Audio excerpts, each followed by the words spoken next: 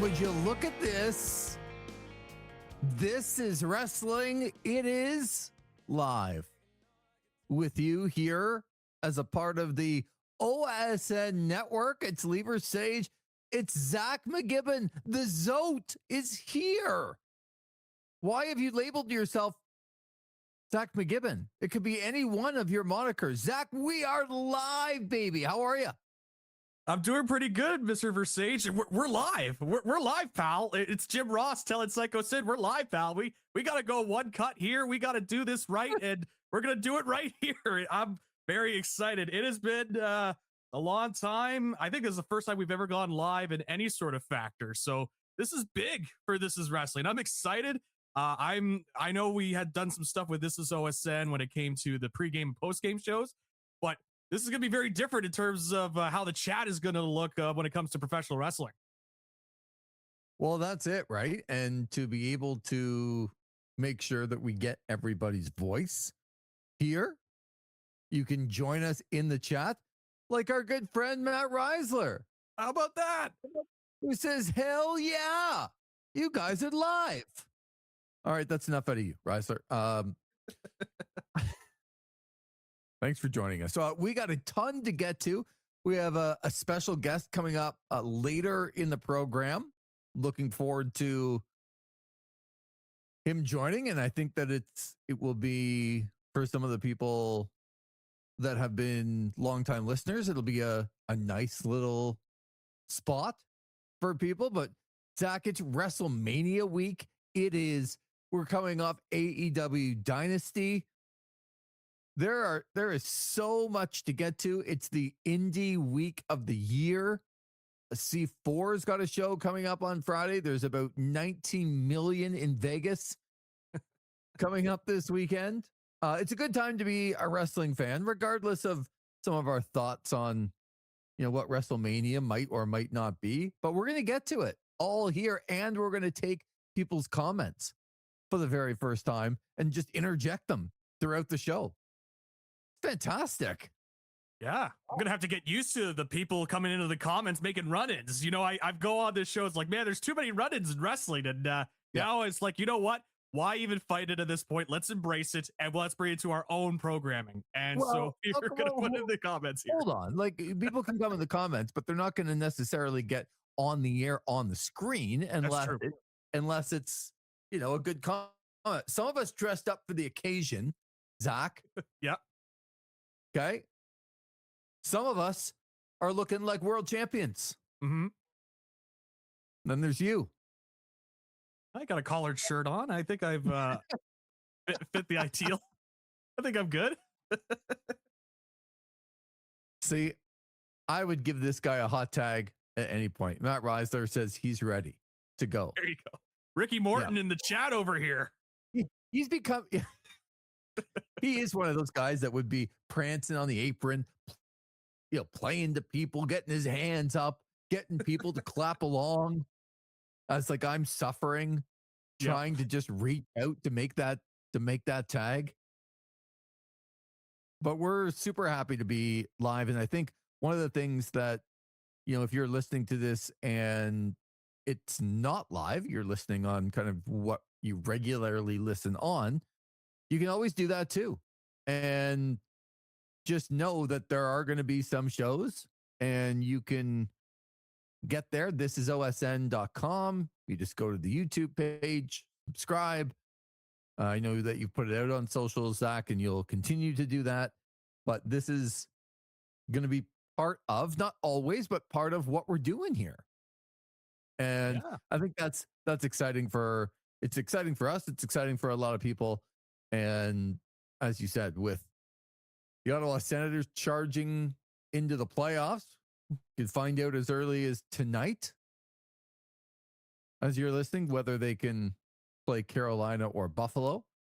It'll be one of those two teams.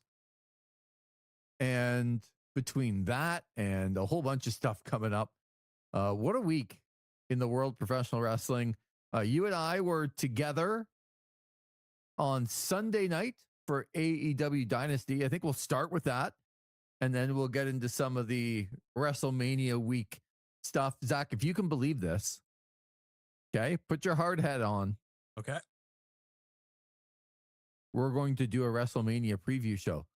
Strictly WWE, strictly logical answers to matches over 2 consecutive nights. Will Zach be able to get through? Will the Zach of all trades be able to get through a logical, informative discussion on the WWE? Great question. Especially when you're trying to add logic to what seems illogical right now when it comes to things going on in the WWE. So, but I'm going to try. As you mentioned, I'm going to put on the thinking cap on. I'm going to try not to be as sarcastic as I usually am when it comes to these reviews of WWE. I can't guarantee no sarcasm. That's way too tough. No. And look, I think there'll be lots of room for that come Monday and Tuesday when we review WrestleMania. Yep, fair enough. But I do understand that whether we like the product right now or not, or agree with some of the storylines, it's still WrestleMania week, right? It's still a big deal for a lot of wrestling fans. And you hope that some people get some enjoyment out of it. I mean, I would ask you right now, if you only had one match to watch in WrestleMania, which one would it be? It'd probably be Brock Lesnar Obafemi for me. But that's like the build and 2 big dudes just wrestling each other to determine who's the better one of the two. The fights in between where literally they just look at each other and they beat each other up. I mean, that's just, that's my kind of pro wrestling. So I am legitimately looking forward to that match. The result is going to be very interesting. I'm looking forward to talking about that on the preview episode. But if you were to ask me today, the one match I'm looking forward to, I am looking forward to Brock Lesnar Obafemi. See, that's interesting because no matter what we think of some of the other builds, Roman and Punk is still the main event on Sunday night. Roman and Punk will go longer. It will be a better wrestling match. But you're still looking forward to Oba Brock more than Roman Punk. Yes. Yeah. I mean, I saw the promo yesterday and I thought the promo was good. There's still weird things that they're doing and Roman talk about how he's going to try and fix the mess that CM Punk made and end this nostalgia act. And it's like, I'm not loving that particular part of the content, but I will say in terms of the overall build, other than some side tracks and some side paths that they've taken, at least the build has been solid enough. I still think there's been weird elements in this main event for Roman and Punk, but I think they'll have a good match out there on Sunday. So we're going to answer some of the questions that people, look who's in. He's all riled up. Tanner Ryle says there's wrestling this weekend. I don't think there is. Well, Tanner, you're wrong. This is a wrestling podcast. Yes. And it's WrestleMania. It is in the name. Part of the word wrestling. Yep. WrestleMania this weekend, both Saturday and Sunday. Oh, our man, CT. Chris says, won't be able to stay up for this full live event, boys. Will there be a recording put out? And I think that's important for people to know off the hop. If you are watching live, yes, this will be put in all of the same places that you were able to get This Is Wrestling before. You can still get all This Is Wrestling in those places. Now there's just a place to go live. Yep. It's really just kind of an avenue to get people engaged and chatting, because we always hear from the listeners a lot, whether it be through the email or through social media. So this is just kind of another way to engage with listeners. And I'm trying not to do the WWE corporate speak as I'm saying this. I'm really trying my best, but it is a way to kind of engage with listeners. And yes, if you're subscribed to the podcast on the RSS feed, this will come out still. So if you're not able to catch the full event and you're going to the cards like, oh, I still want to listen to what they said, you can download it later. And of course, there'll be video on demand here on the YouTube channel. So, and we're going to have a couple of, well, maybe not a couple. We're definitely going to have one special guest.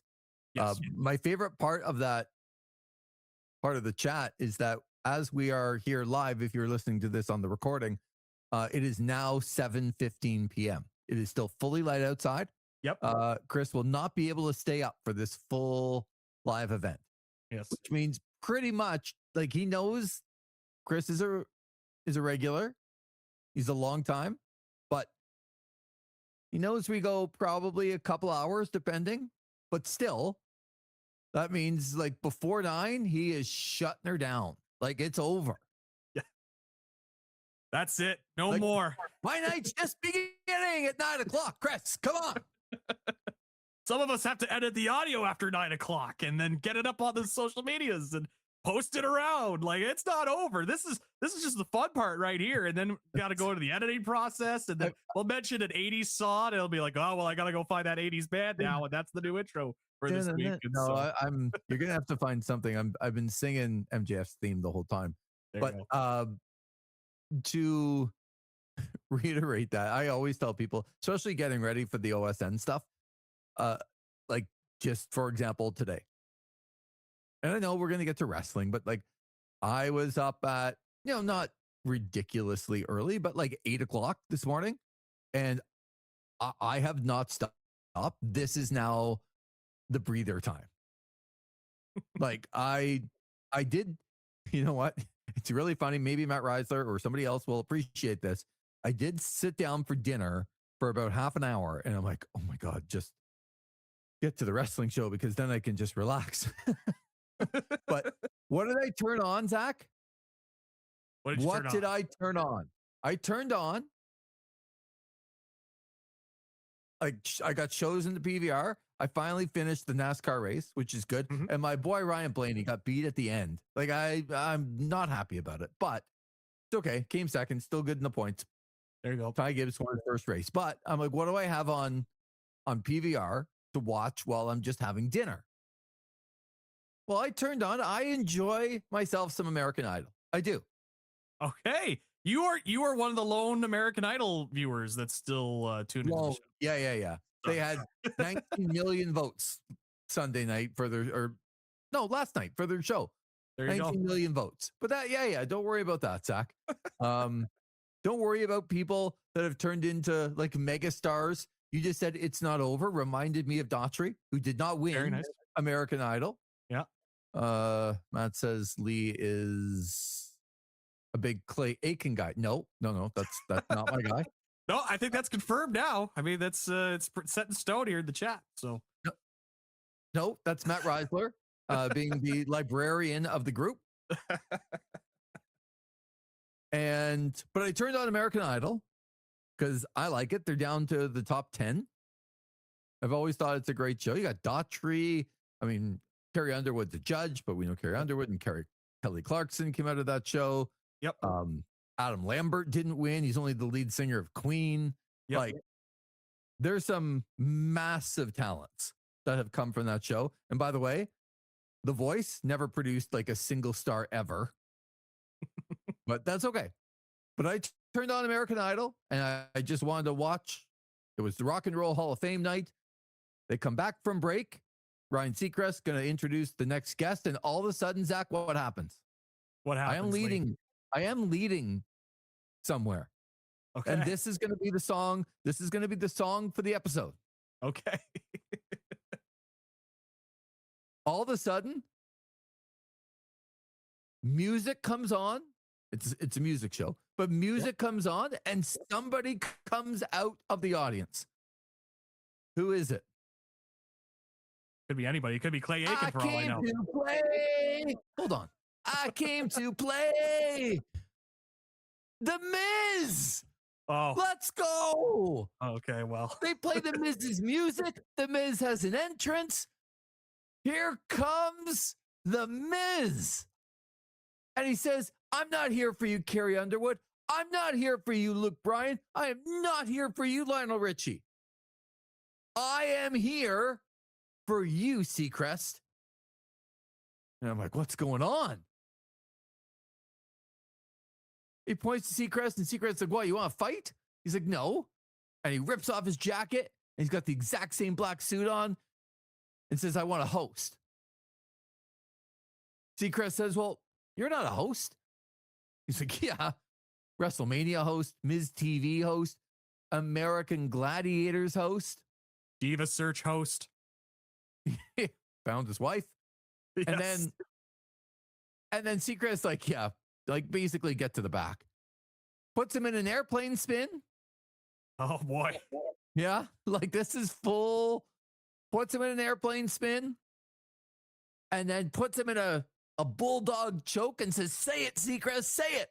And then Seacrest does the WrestleMania promo read while in the choke. Incredible. Wow. Like, how about that? Like, it's two of my worlds colliding in the half hour that I had. And I'm like, this is incredible, Zach. Like, Miz came to play. I came to play. It's because he doesn't have a match at WrestleMania this year. Doesn't mean the guy's not a top star. Did Seacrest put out a promo code that the viewers could use to get their tickets for WrestleMania? See, this is you being sarcastic now. Oh, sorry. I can't help myself. I'm telling you what happened on American Idol. Sorry. And you're being sarcastic about it. No, you're right. You're right. I just saw the opening. It's like, oh, I have to take this here. I got to be honest, though. Oh, look at Richard's that. in, yes. And he says, live T-dubs. Right. We're That's live. right, Richard. Stardust Tesla says, here we go. Love it. Let's go. All the people coming in. All the people coming in for the live This Is Wrestling. I'm excited. They need to know that the Miz was on American Idol putting Ryan Seacrest in an airplane spin. Yeah. Well, you know what? Good on the Miz to get the promotion out there. They desperately need the promotion. They need people to get to WrestleMania. You're being sarcastic again. Sorry, I can't help myself. Come on, man. Sorry. Look, I'll be honest with American. So I used to be an American Idol viewer. I think the last season of American Idol I watched was the season when it was a big battle between the two Davids, David Cook and David Archuleta. Oh, that was a long time ago. That's the season that I remember, yes. And so I remember David Cook won that, but I think Archuleta had the better career if you were to ask American Idol fans. The thing with that show, and I don't want to go too far down the rabbit hole. I was bringing up that the Miz was on it, but the thing with that show is the deeper that you get in it, the more you get into their contracts. It's actually way better for you to go fairly far and then be eliminated like third, fourth, fifth, because you're not locked into. They used to be locked into a year contract, the winner and the runner up, to go around on tour, right, with everybody. So I'm telling you, there is a kid, Brooks Rosser, that never has sang in front of anybody and works at an Alzheimer's dementia home. He is so shy. He still doesn't have the confidence that he should. He's one of the most incredible singers you're ever going to hear. And I think he's probably going to win. If he doesn't win, it'll just be because his kind of lack of confidence doesn't apply to the votes. But this guy is going to be the next star. All right. So here we go. We're getting back. Ethan is in. Ethan doesn't show up to the Sens games anymore. He's like, my team's in. I'm good. I don't need to talk to you guys, but it's wrestling, and I can talk about Roman. And Ethan says it would be a shame if CM Punk retains Roman carrying the WWE. So one of the things, Zach, that is interesting, we are going to get into the WWE before I guess we get to AEW Dynasty, because that's what people are talking about a bit, and it is WrestleMania week. So they've been like going after each other pretty hard, right?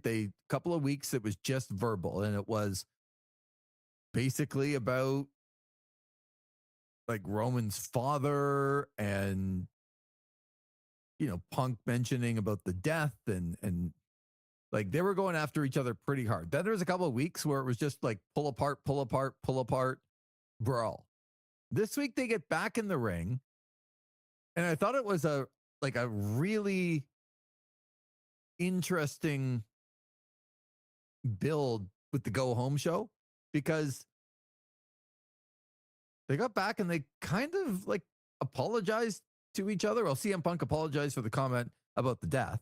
Yep. And then they were talking about like respecting each other and hating each other because of what the other had, and they could never really get that part of it. I kind of liked it, but it threw me off because they were just like taking digs at each other for the last 2 months. And then all of a sudden on the Monday before WrestleMania, they're almost propping each other up. Maybe to let the guard down. I don't know. What did you think of those two in their verbal battle last night on Monday Night Raw? Yeah, I was surprised that was kind of the path that they had gone. I thought it was starting to lose its focus as the weeks were going on. Obviously, with other things that are going on in the company too, that doesn't help. And we'll talk about that more. But in terms of this particular feud, I think it was starting to really kind of lose its focus. And then it just kind of got into brawls. And then I think it started to get back because I always felt like the central story there that they could really hinge on is, as we know with Roman, as the Roman Reigns super fan is in the chat, Roman got gifted a whole bunch of his opportunities while he was in WWE. He got all these opportunities given to him. He was the chosen guy. They kept going with him, and it didn't work at first because he got booed out of the building. He turns heel, and then he's able to reshape himself, and now we have the current Roman that we see today. And with Punk, it's the guy that like worked the indies, rose through Ring of Honor, and then finally got his way to WWE. And he wasn't supposed to be the guy in WWE because he's undersized. He's not your typical WWE. So I thought that was the path that they could go down because I like that path personally. And also I think it's a simple story you could tell and people can buy into it, where it's like, yeah, where Roman can say, look, they chose me as the guy because I am the guy. Look at me. Look at what I've done. Look at the last couple of years of this company. I built this company. You can make the argument. And then Punk can make the argument of, oh, you were able to, get that last couple of years because I set the foundation for you to get over and stuff like that. Obviously not that particular term, but you know what I mean? Like, help set the foundation. But again, I felt like there were, as the weeks were going on, it kind of left a little bit of focus. It went into, you're a nostalgia act and you're old, and Punk really taking that personally. And then your father's dead. It's like, oh, Christian Cage is now involved in this feud. But I think they started to get it right back with this final promo, and really started to kind of streamline a little bit more. So I liked it. There were still the weird elements of it, but I attribute that more to what's going on around WWE than the actual promo, the feud itself. We're in territory here where I'm catching up on the chat, Zach. I know I was looking through it. It was going ping, ping, ping, ping, like in the chat. Stardust Tesla says, who can afford a Sens game anymore? And it's C4 weekend. Right. Well, Stardust Tesla, speaking of C4, might want to stick around. Might want to stick around. Yeah. One of the heavy honchos of C4 expected to join us here on the first live edition of This Is Wrestling. Our man Ben Sublier, the super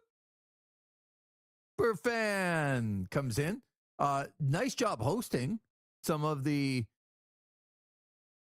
other shows here. Yep. Connections gonna stay relevant for a long time based off of one of our performances. Yeah, it was the feedback was great. Let's just say that it was resounding. The feedback on it in a positive way, not for me in terms of my performance in that episode, but in terms of everything else with the episodes. Yeah, everything else with, you mean comedy? Yes. The comedic value of the show that we released a few days ago called Connections, very high.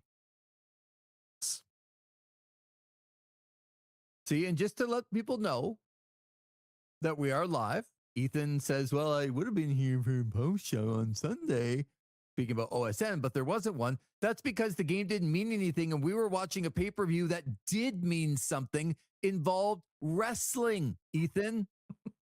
There was actually wrestling on that pay-per-view. And again, whatever people want to say in the chat, they can. Ben says, Lee, did you get your Wi-Fi pods figured out? Well, I can tell you, Ben, like you're looking at the computer right here. Because I know, Ben, I know you're looking at that and going, you stupid man. Like you are. Well, I can tell you that no, I didn't get them figured out, but I will at least have some sort of excuse that they got delivered about 10 minutes before we started. And Ben's the one that screwed this whole freaking room up in the first place last week. Oh boy. And now all the issues are because of Ben. And now Ben's wondering if we got the Wi-Fi pod. Well, thanks, Ben. The reason it's up here, Ben, is because that internet testing speed, it is like super high up here on the table, but it was not super high about 3 minutes before we actually started a little bit late because of me. But that's okay. Ben says, holy cow, you have to listen back to the Connections episode if you haven't. Yeah. It is that good. But back to the Roman thing. Because I'm not Stardust Tesla. I'm not going to keep going on like the Usos, like the MFTs finally being folded in. Like, I don't even know what they were doing, challenging them on the SmackDown before. The Usos and LA Knight against. Yeah. Like, the only thing I actually see in that, Zach, is that maybe the Usos go with the MFT and everyone kind of turns on LA Knight and it sort of sets up what might happen later on in the weekend, but we'll see. But this is a good question from Ethan. It says, if Roman doesn't win, I don't see where Monday Night Raw goes. Roman has been built for a while now as this legendary top of the mountain guy. Feels like they're building for Braun Breaker to take it off. So that is like, we always work backwards and you have to ask yourself, where does Raw go if Roman Reigns loses to CM Punk in the main event? First of all, what do you think the answer is if Roman Reigns loses? Well, if Roman loses, he'll take, I imagine, his extended time off that he usually has. He's at that stage of his career and got the contract where he'll be off of TV for the next little bit, and then he'll come back for the next big performance if he's losing at WrestleMania. I don't envision him being on Backlash afterwards or anything like that. So there is the argument you can make, well, Punk is there every week, and you need to have somebody to be there, especially if it's going to be a champion all the time. And so there is that argument you can make that it's CM Punk that's going to come in and win the title. I'm not making any predictions yet, just more so answering the question of like what would happen if there's no Roman. And that would be an opportunity too to, elevate some guys. I've been going on this show and saying let's get some new names, and Braun Breaker is one of those guys that Ethan mentions that I've been banging the drum on, and I know he's not going to be at Mania.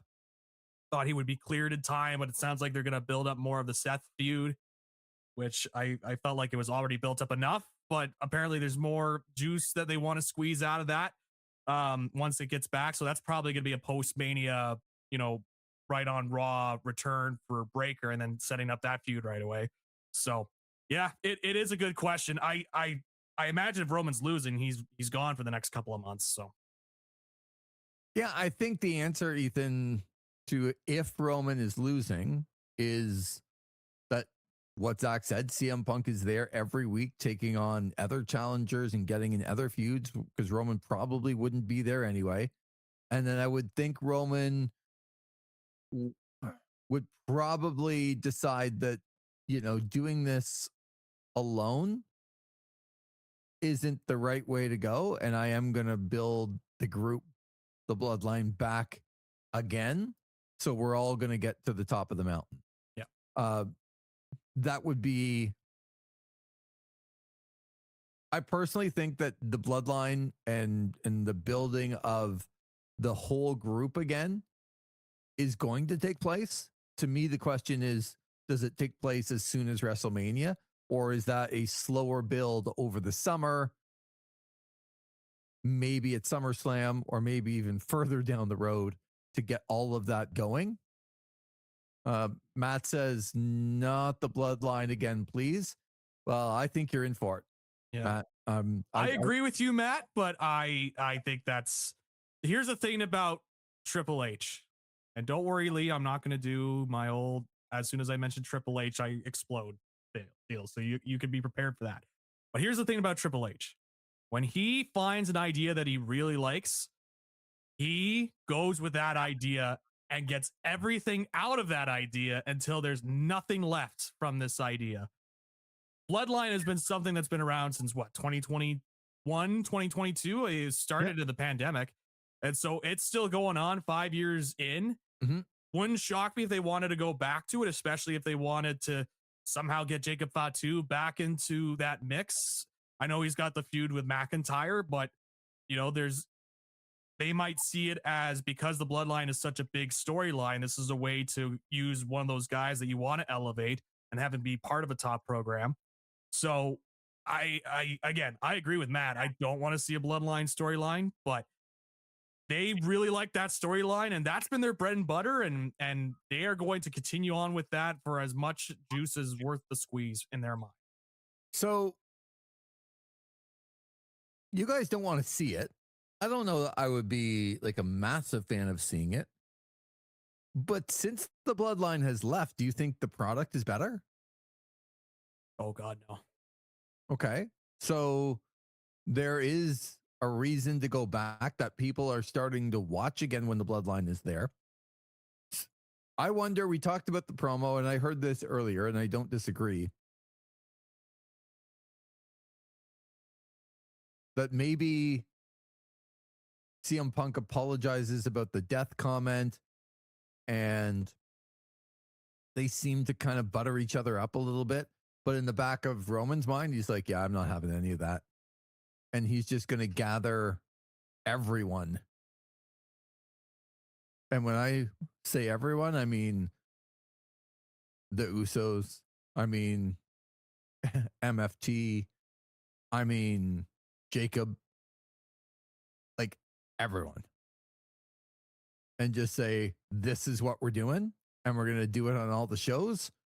And this is back to being the place that we run.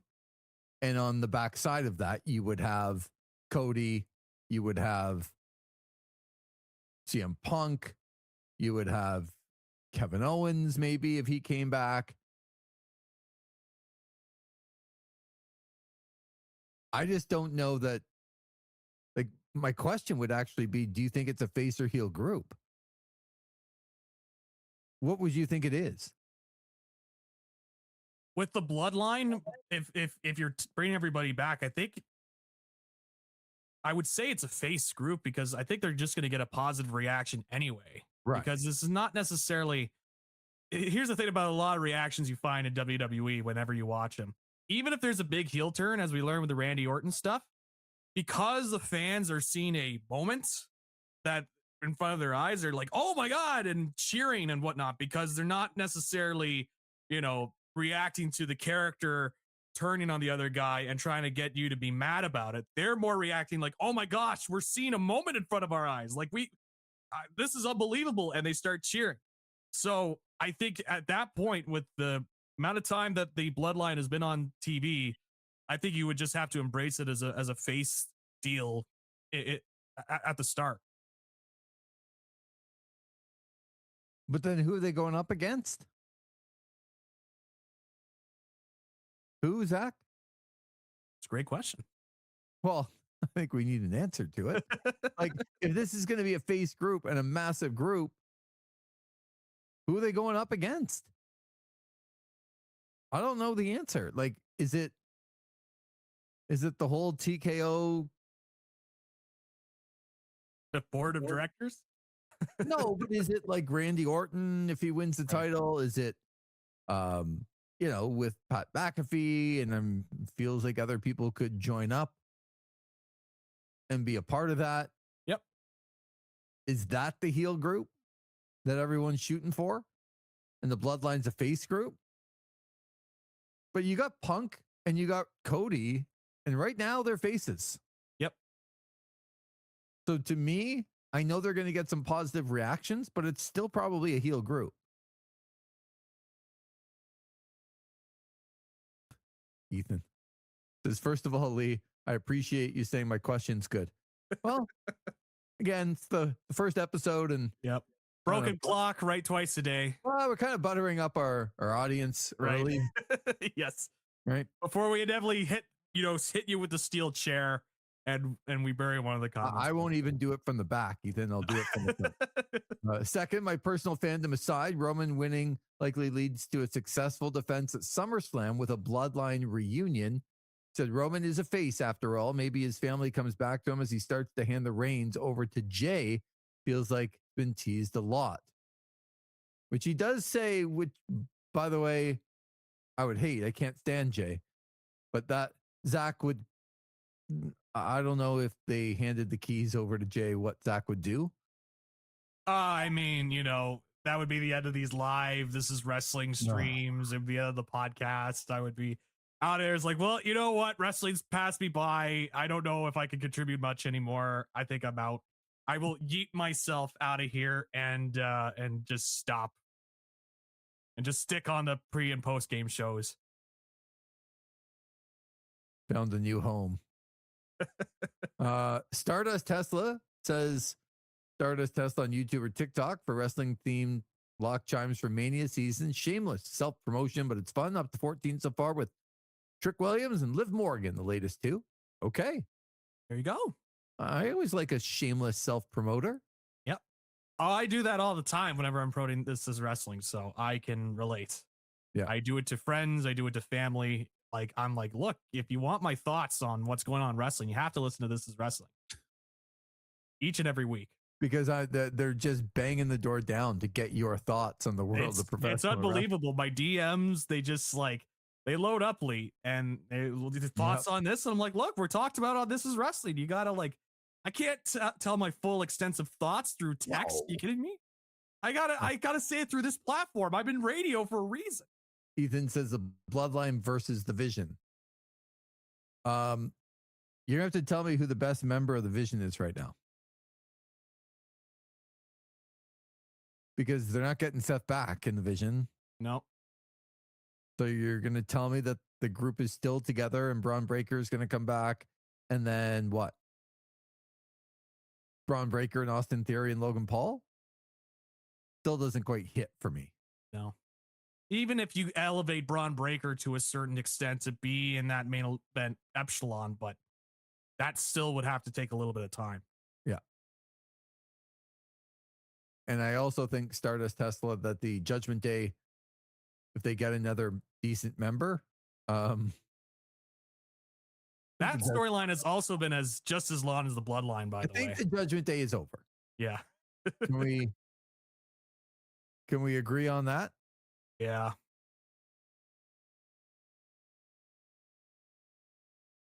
Oh man. We will, and for everybody listening, we will have a WrestleMania preview show coming up later on in the week. Yep. Let's turn our attention to AEW Dynasty, shall we? The show that was on Sunday night in Vancouver, Canada. And you and I and a group of us, Tanner and Ben and Chris, all got together and watched AEW Dynamite, coming off the heels of what I thought was one of the best shows I had seen in a very long time, Revolution.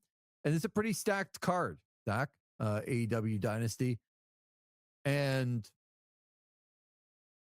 it was one of those shows that I think's gonna have a lot of talk on here between you and I and some of the other people that are listening. It's, I don't know. Let's just get into it.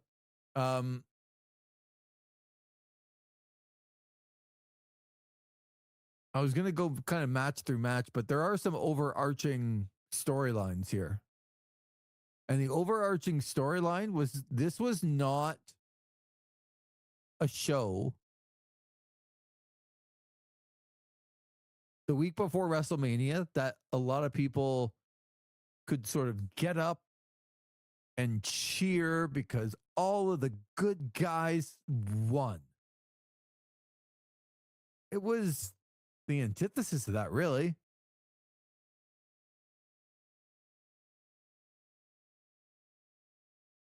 I feel very odd about the show. So let's kind of get into it. And you know what? Don't usually do this, but we're already almost 40 minutes in. I'm going to start with the main event. Let's go. Maxwell Jacob Friedman. Got my mid shirt on. I got my Burberry scarf on. Took on Kenny Omega for the AEW World Championship.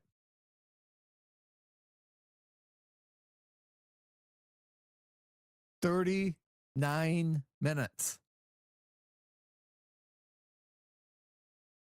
And this is one of the things at the end of shows. AEW has long shows. And so to have their main event and it go long at the end is a difficult thing. I think in the last couple shows, they have pulled it off. So MJF defeats Kenny Omega and is still your AEW World Champion. I'll just ask you some overall thoughts on what you thought about the build going in and then the match itself. Sure. So in terms of the overall build into the match, I thought it was okay. I didn't think it was bad. I think the big thing is, and we touched on it in the preview for Dynasty as well, Kenny Omega's not a good promo guy. And I think he's able to get by on that because he's such an incredible elite level wrestler, no pun intended, that because he is held in such a high regard, you can overlook some of his weaknesses when it comes to his promos, because when you hear him talk, you could tell he's a very quirky guy, and he has his own like brand of humor, and he tries to implement it sometimes in his promos and it just doesn't land. Like he's a very relaxed guy, which nothing wrong with that at all, but it's just like the way it translates and way it conveys in a promo, it can be a little bit off-putting.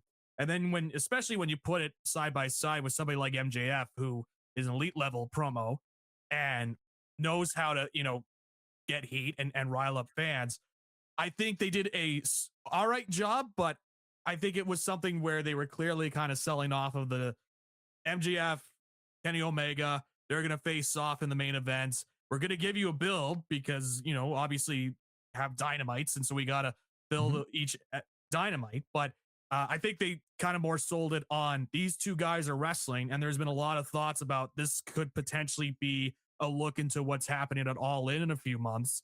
So I think that's where most of the intrigue came in for this match. The match itself.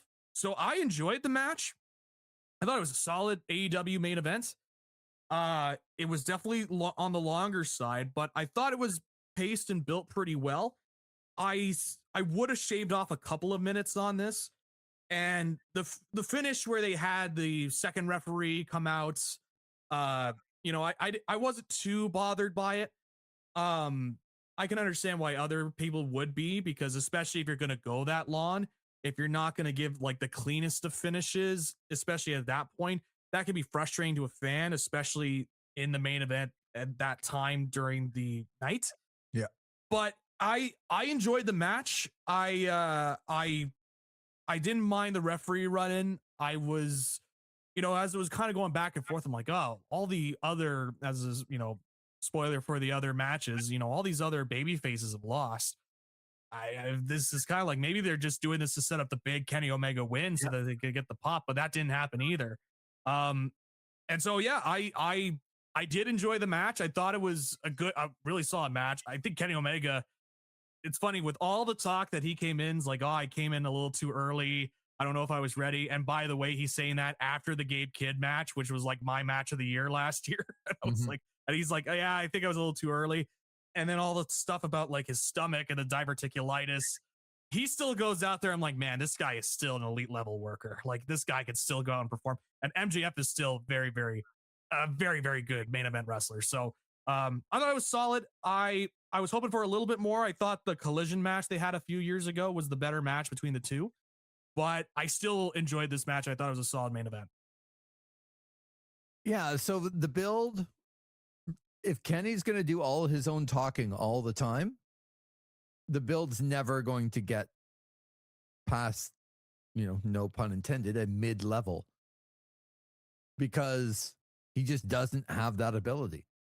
And I think it's okay to actually have him be a little quieter and go in and just wrestle, or turn him heel and have someone talk for him. Either one of those is fine for me, because I want to see him wrestle, but I don't want to see him do 10 or 15 minute promos in the ring. Yeah. It's painful. And so for MJF, I said this at the time, so I didn't quite understand that the end of Dynamite, Kenny Omega stood on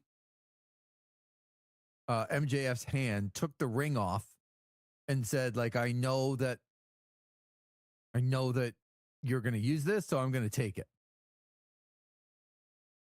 Then when MJF came in the ring and Bryce Remsburg was going to, check him and pat him down, he basically brought another ring. Like, that was exactly the same kind of ring. I guess he's won the Dynamite Diamond Ring like 4 times, but that didn't make sense to me.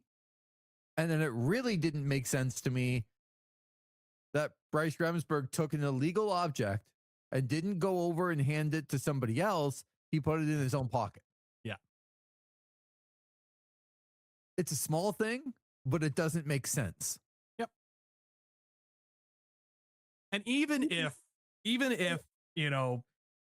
they did a segment where Omega threw the ring back at him and said, I don't need this. Like, we know on TV that MJF uses that ring as part of his, like, that's the whole so it's like, as a baby face, why would you want to just give the thing that makes him, that he uses, that he cheats with? Why would you give that back to him? Right. Even if they did do a segment like that. So when you pointed it out at the viewing, I'm like, I thought that was very astute of you, Lee, that you were able to see that, because I think it's true. Me up on the first show. That's nice. Yeah.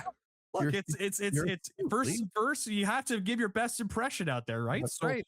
I gotta give the compliments come out, and then by the time it's like week 4, we'll probably be back to the burials. But in this case, no. Like, I thought it was a very astute observation where it's those little things, but we've seen with AEW in the past that they look at those little things. Yes. And that's why people love the promotion, is because it feels like there's an attention to detail that they care about how the story kind of progresses. 100%. You look at those things because they try to logically make it make sense way more than other companies do.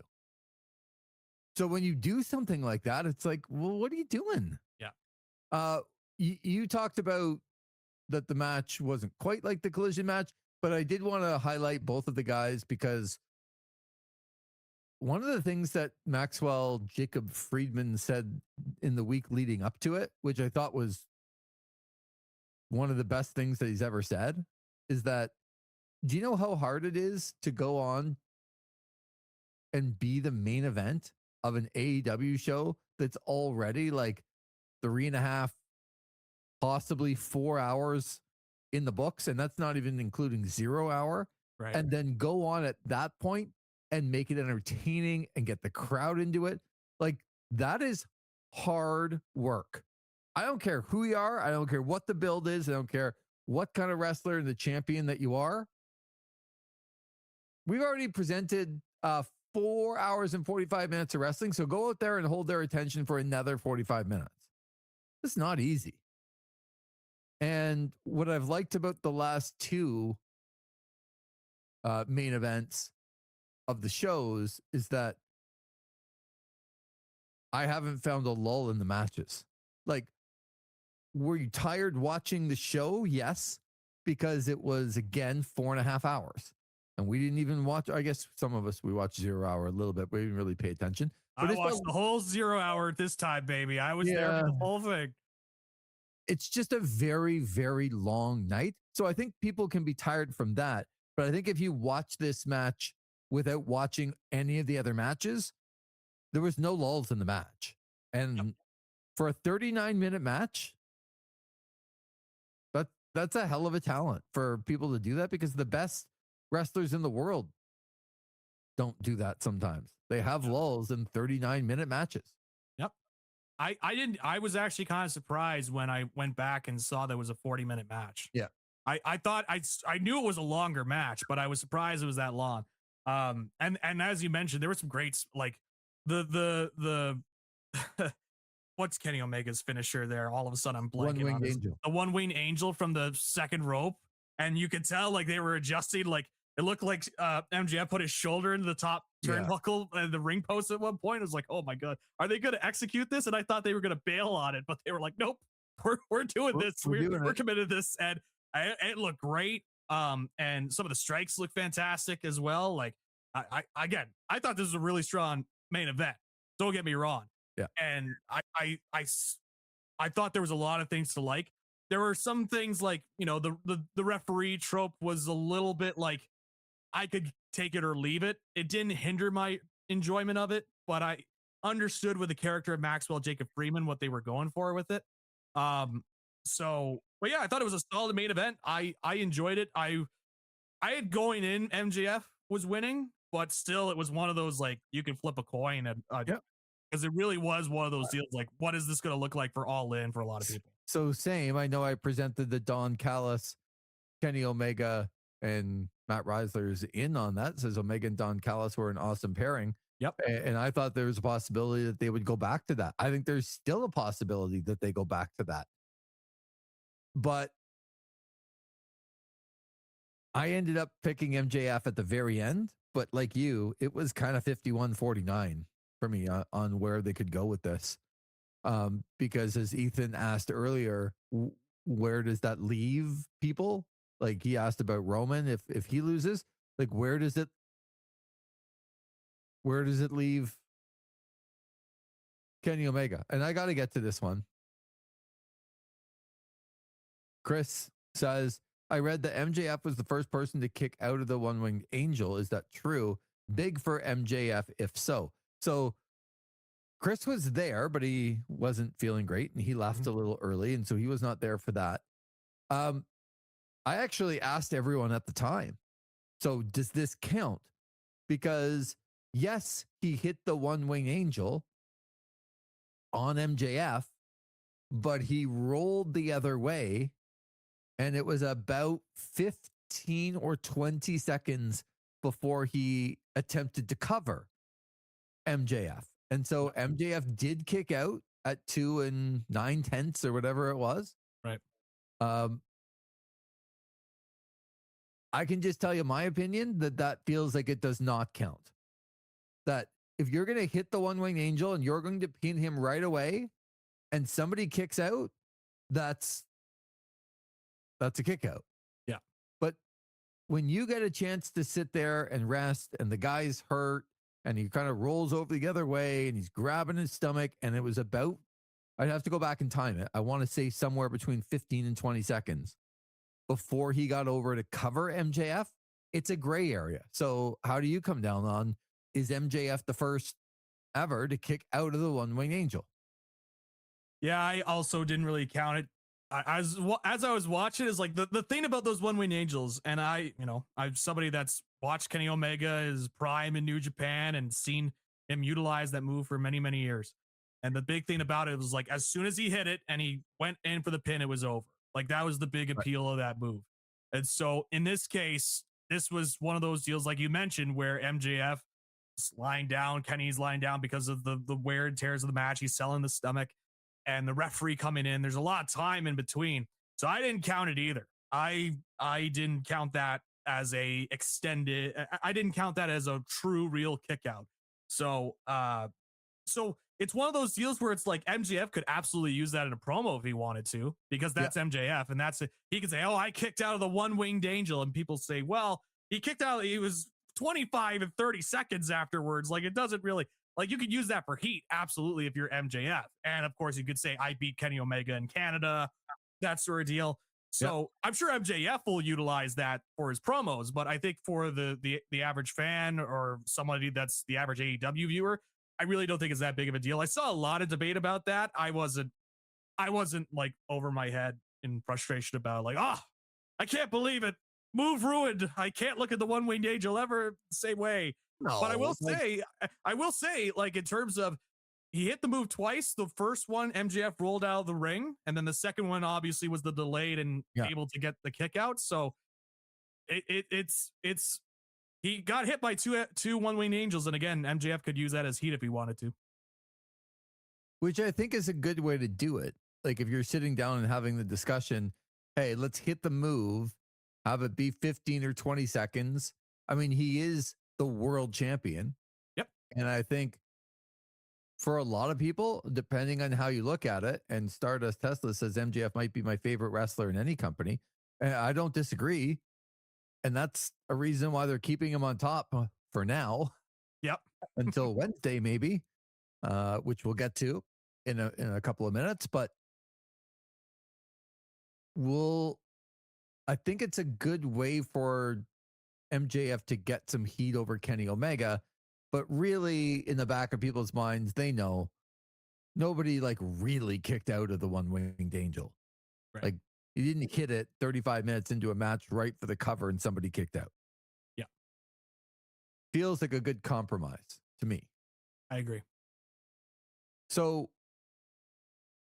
we know where MJF's going. He is going to, and we'll get to this match in a second, but he's going to face Darby Allin because Darby Allin won his match and he became the number one contender. And that match is going to be on Wednesday, tomorrow night in Everett, Washington, for the AEW world title.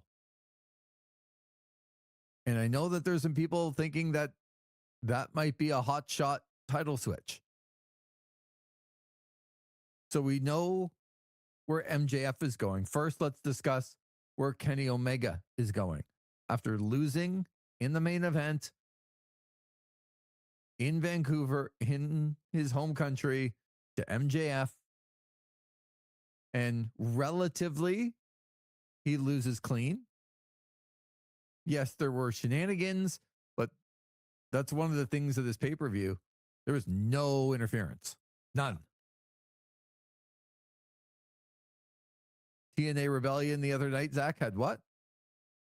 Of the 9 matches on the card, there were 8 run-ins. That's insane.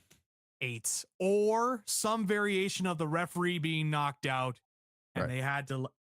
8. I mean... Yeah. Like, what are you doing? What are you paying for at that point for TNA? But anyway. There was referee shenanigans at the end of this match, but no other referee shenanigans or run-ins, interference at all on this card. Which, thank you for what a nice change of pace. No run-ins. I just had the wrestlers go out there and put on their pro wrestling matches, and oh my gosh, some people won and some people lost. Oh my gosh. Isn't that something? And it's like, oh, where are their paths going?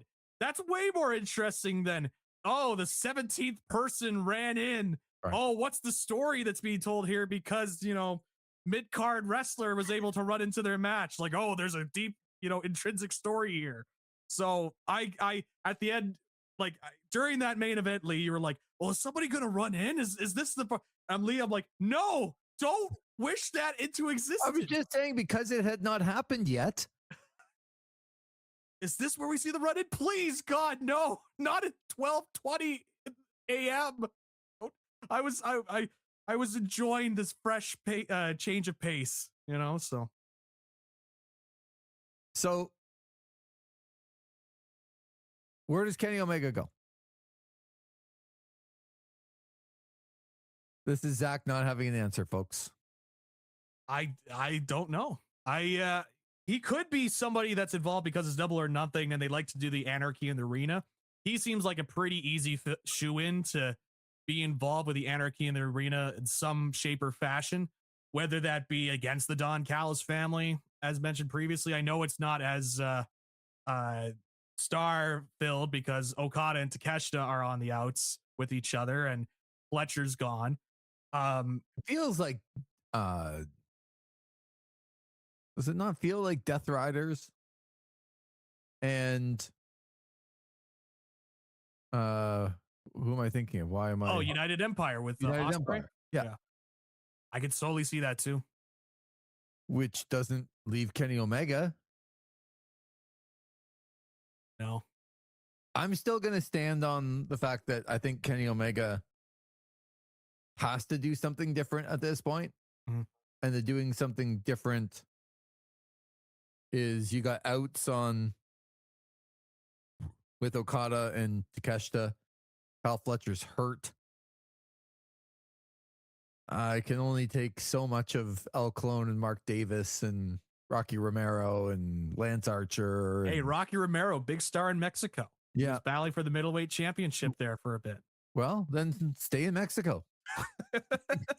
Well, look, here's the thing about all these big stables. That feels like a hockey cliche. That guy's really good in the room. Well, stay in the room then. Stay in the room.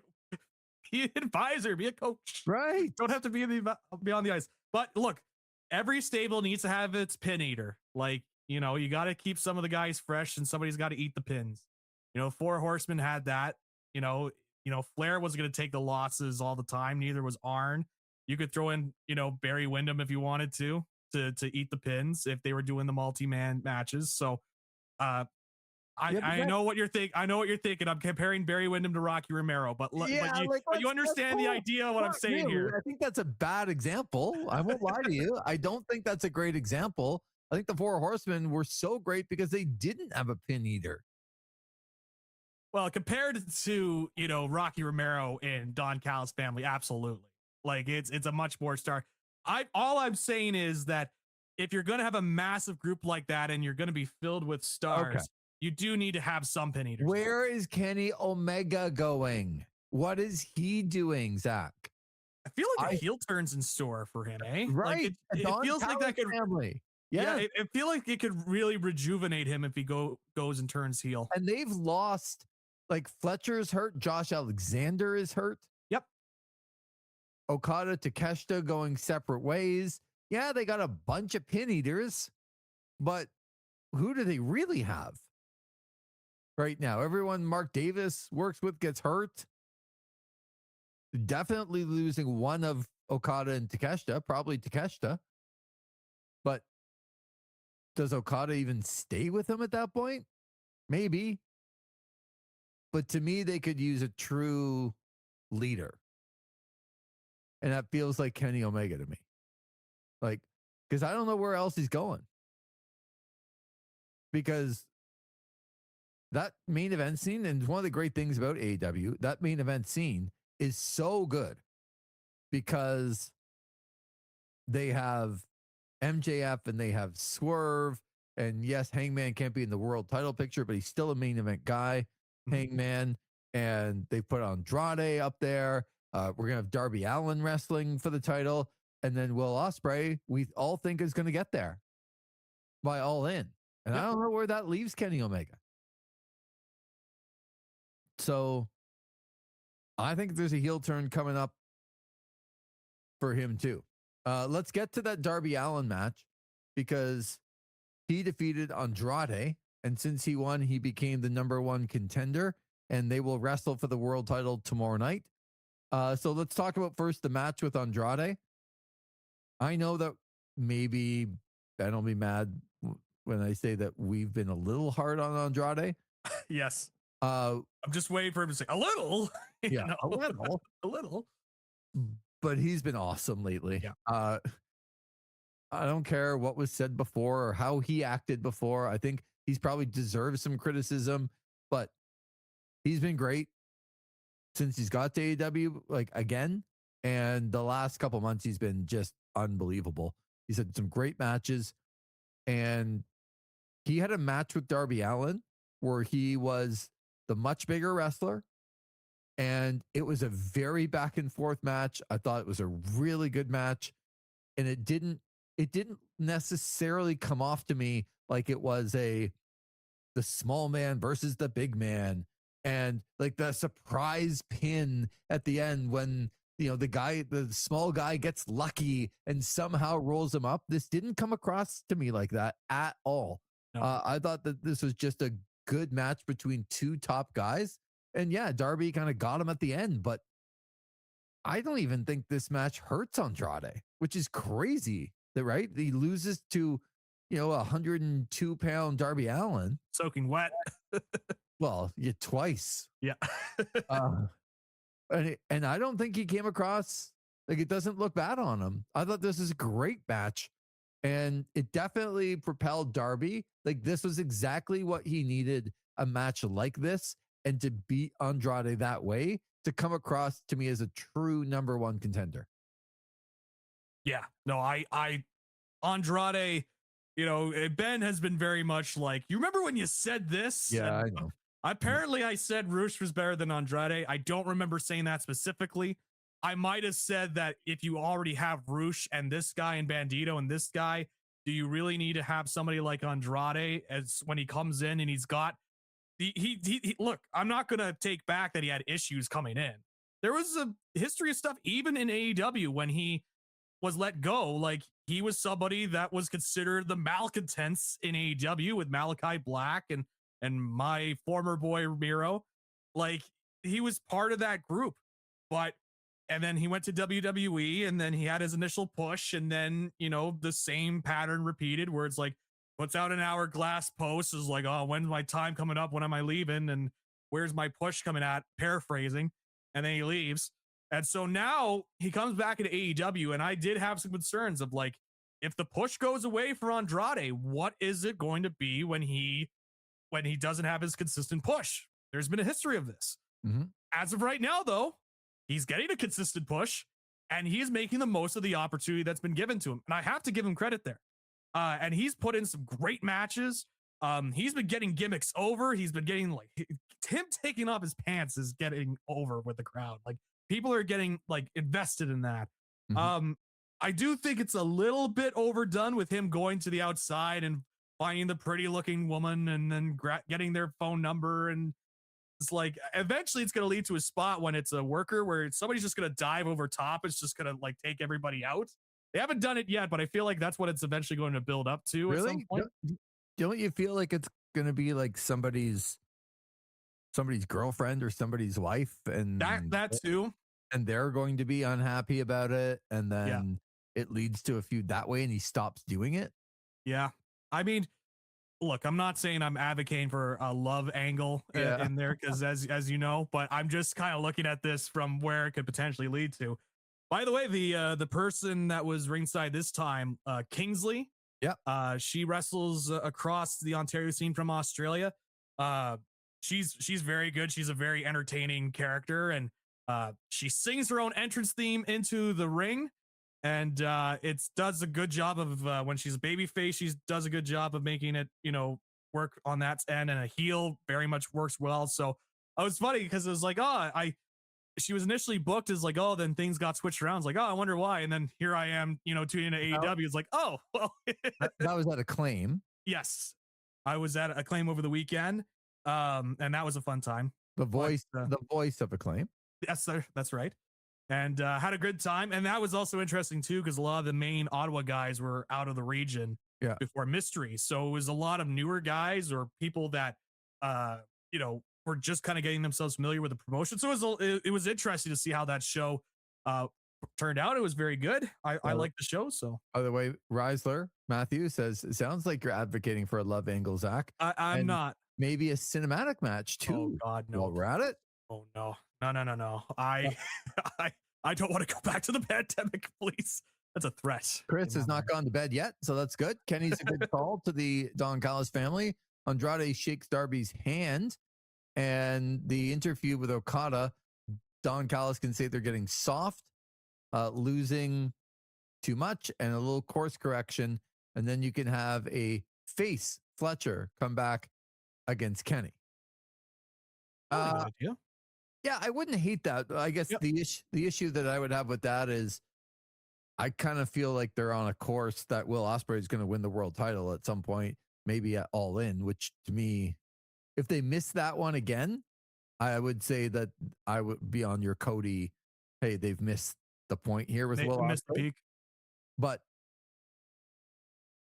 I think Fletcher either getting the title before Ospreay gets there or being the challenger, like a long-term challenger, and maybe beating Ospreay for that title is the way to go. And the only way you're going to do that is to be a heel. So I don't know about that, but I certainly could get behind a face Kyle Fletcher against a heel Kenny Omega. Yeah, absolutely. Like that sounds like a great match. It's just, where do they go from here? So let me get to the question now. Darby Allin tomorrow night against MJF. I don't know if you saw the Renee Paquette trying to flag down MJF right after the show, like in the back. And he was basically saying, I don't want to talk to you. I don't need this. I'm going dark. I'm turning my phone off. I'm going to make love to my wife and I'm going away. And she was like trying to tell him that he's got a main event match and for the world title in 3 days against Darby Allin. And it certainly paints the picture that he is not going to be ready for that title defense and that Darby Allin has a possibility of winning the AEW world title tomorrow night on Dynamite. I know one of your boys, you and SRS, Oh, boy. tight. You're tight. I don't know if we're tight. I don't know if he knows who I am. The Zote and SRS are tight. The Zach of all trades and Sean Ross Sapp. But didn't Sean Ross Sapp, as one of the insiders, say that he would expect Darby Allin to win? He said he thinks Darby Allin would win. He thinks Darby Allin. So do you think Darby Allin's going to win tomorrow night? Well, it was funny when that post was being shared around and it's like, SRS said this. And I'm sitting there, I'm like, I brought this up on the preview show. I had it was so well explained on the preview show. Yeah. It was so well explained. I thought I really laid it out of the history of Darby Allin's promotions. Like, look at what happened last year. That whole storyline for Hangman. If you watch the TV, that was set up for Darby Allin. And they didn't go with that. And Tony loves Darby Allin. He wants to give him a moment. And I thought I laid it out so perfectly. And they're like, I'm like, why aren't you SRS? He puts out one sentence tweet and all of a sudden he's, understands how the wrestling business works and what's happening in the future. But then it was pointed out to me that we did a 2-hour episode and they were only halfway through. And I said, well, you know what? Fair enough. I can't. What would be different about the other episodes? Well, that was a 2-hour episode. Was it? Yeah, they were like, well, we didn't get to your part there, Zach, because it was a 2-hour episode and I'm only halfway through. It's like, well, you know what? Fair enough. I can't disagree with that. But that's like all week in the car. 20 minutes there, 20 minutes back, 20 minutes there, 20 minutes back to work, 20 minutes there. It's Thursday. It's a drive down between Belleville and Ottawa. That's what it is. It's Thursday. You're still not done the show. That's right. And then we just hit you with more content. It's like, geez, well, I gotta catch up with this Connections episode. But in terms of answering your question about Darby Allin, I think he's winning Wednesday. I really do. I think they need something as well for Double or Nothing. Mm-hmm. I think this could be one of those interesting shock moments on a Dynamite. Plus, you look at what's happening this week, right? It's happening during WrestleMania week. Mm-hmm. And this is an opportunity for AEW to kind of get some headlines this week because they know it's going to be WWE that's going to be talked about with WrestleMania and all that. But this is a chance for AEW to come in and say, hey, it's not going to be all WWE here. Let's take in some headlines and get people talking. And so let's put the belt on Darby Allin. There is already that built-in storyline with MJF and Darby Allin from that great opening match many years ago. I mean, that's a match that still holds up and MJF winning with the side headlock takeover, all of that was great. Yeah. And so I think playing off of that and now hearing what you've told me about that promo segment, I'm even more confident that I think we're getting a new champion this Wednesday. So mm-hmm. I think it makes sense. Again, you need a program for Double or Nothing, and you don't even have to have it as your main event if that's what your concern is. I think that can be a main event of a pay-per-view. But even if you're concerned that it gets too predictable if they do MJF and Darby Allin and MJF gets the title back, you could still do the Anarchy in the Arena at Double or Nothing. So I think that's happening tomorrow. Yeah. I do too.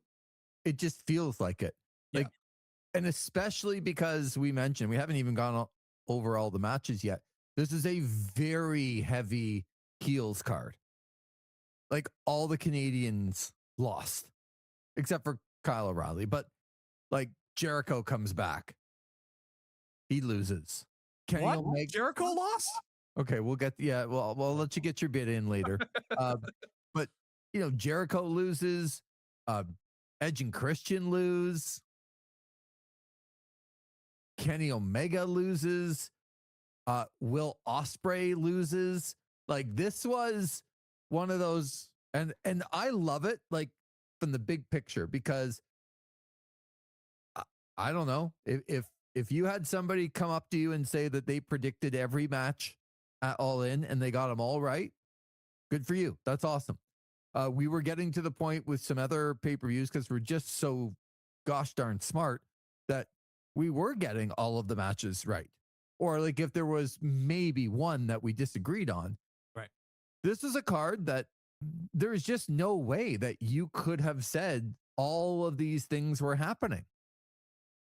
But a lot of heels won. And my point is that you kind of come off of it, I think, as a fan, you're not let down because the pay-per-view was good, but it wasn't that incredible moment because most of the people that you were cheering for didn't win.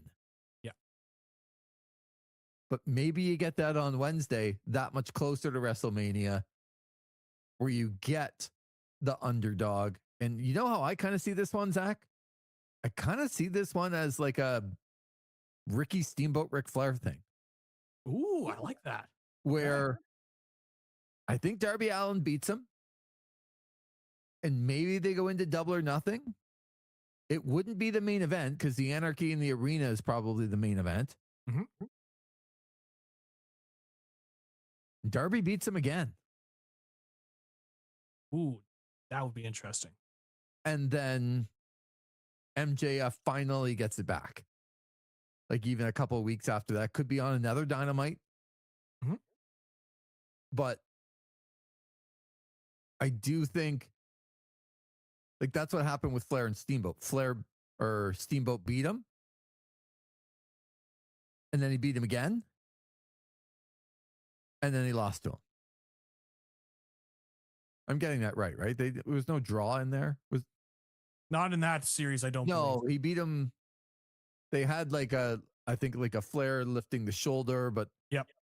And that's maybe kind of feel like that's going to happen because I wouldn't change the title back to MJF as the semi-main event at Double or Nothing. I wouldn't do that. I would wait for its own moment again.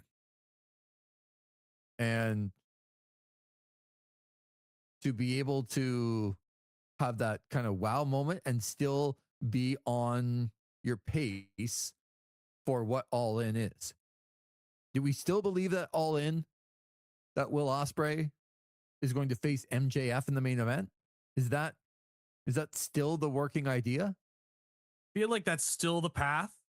I think it's just the combination of, it looks like they're really trying to build up this title reign with MJF. And I know I just said that he's going to lose the belt this Wednesday, but they're really trying to drive up, as champion, I did this. And then he could jokingly say, if he gets the title back quickly from Darby Allin was just a fluke. Yeah, I wasn't ready. And, classic heel stuff, right? Like they didn't tell me, that sort of stuff. So it seems like they're building him up as like this heel champion that has all these accolades behind him. He beat all these top guys. Look at these trinkets that he was able to collect in his title reign. And then you look at Will Ospreay, the hometown guy. He's fighting in Wembley. He's going to try and go for his first world championship. And it's right here in Wembley in London. Like it feels like a collision of those two forces kind of coming together. So I still think that is the plan, as we speak here today on April 14th at 8:24 p.m. But I do think, though, to kind of shake it up a little bit, to do this quick. It's funny you mentioned Steamboat and Flair. I was looking at it more from going to the Attitude Era with Mick Foley and The Rock, where Mick Foley won the belt on that now famous episode of Raw, Yep. where they spoiled the ratings and it put the butts in the seats, and people tuned in and watched it, and then it ended up being that the belt was given back to The Rock. It was not Royal Rumble, was it? It was St. Valentine's Day Massacre, I think it was after. There was 1 year back then where they changed the title 9 times in 1 year. Well, Like it was the Attitude Era. 9 times. And Yes. I'm like, oh my God. But you know what I mean on that. It was a short title reign for Mick Foley. It was one of those and it was a defining moment of that era. So I think that's where I kind of look at it. It's like he has that one defining moment, because I don't see Darby Allin as that guy that, stands up for himself and defends the belt against all newcomers. This is why we can do live shows and it works, because Chris is in like, it was the Rumble. It was the Rumble. What are you talking about? It's the Rumble. Right. It was the Rumble 1999. Yeah. Yes, that's right. Because Beyond the Mat had the scene where the kids were watching the match. Oh yeah, I was like, God. oh, geez. That's a great film. It's like I remember all of those things. Sometimes I just don't remember the order in which they happened. Yes. Right. Like you're like, oh, I remember when The Rock beat him at the Rumble, and I just didn't know that was just weeks after Foley won on the taped one where Nitro ruined it. Yeah. So it is, it's definitely, so glad we got it on the live chat. Thanks, Ethan. Wasn't even alive in 99. Well, if it makes you feel better, Lee, I was only 2 when that happened. So it does not make me feel better. So, okay. So Darby Allin's going to wrestle. Yeah. Darby Allin's going to wrestle MJF tomorrow night. And we'll see I think there's a possibility he does win the title. And then where they go from that will be interesting. And again, that's not going to hurt MJF long term. Grueling match. Kenny Omega goes away, not ready for a quick turnaround match. It's in Everett, which isn't his hometown, but it's like where he did wrestling school and the Buddy Wayne school. Feel like Nick Wayne's going to help Darby Allin win the title and become a face too or something. Ooh, okay. No, I'm just, I don't really think. I like Nick Wayne, but Oh, like we haven't seen mid-card guys involve themselves in world title matches before. Okay. Fair enough. Fair enough. Let's get to, and we are expecting, I can tell you that we are expecting a guest relatively soon. Yep. He did message and said that he'd probably be after 8:30. I don't know what after 8:30 means. Yep. But yeah, I mean, we're deep into the show now, so it's not like we've been promoting it the entire time, but we are expecting Mark Bolasel, the head of C4, to join us to talk about, they have a card coming up on Friday night, and just, where they've gone and taken the belt off of Junior and putting it on Sheldon Jean, and some of the challenges of having a card in Ottawa on the weekend of WrestleMania. Yep. And all of those things where C4 is going. So we do expect Mark to be a part of the program here. So if we have to just stop talking about things like Ricochet beating Chris Jericho, then we'll have to just get off of it, folks. Okay. Go ahead, Zach. I feel like you need a little bit of time here. Mm-hmm. I didn't think Ricochet was beating Chris Jericho on his return, but good for them. He not only beats him, but he's going to beat him with his own move. And then his boys, Bishop and Tua Tagovailoa's a part of the... No, Tua. The Demand say, no, hold up, Ricochet. And this is where I thought he was going to lose. Hold up. Do the line salt off of the second rope and then beat him that way. Yeah. And then he does it and he beats him. He beats him clean. Like, come on. I was a little bit surprised. I thought the match 14-10 was too long. Yep. It felt all of the 14-10. I thought Jericho would be a little bit better than he was. I didn't love the way that he performed in this match, but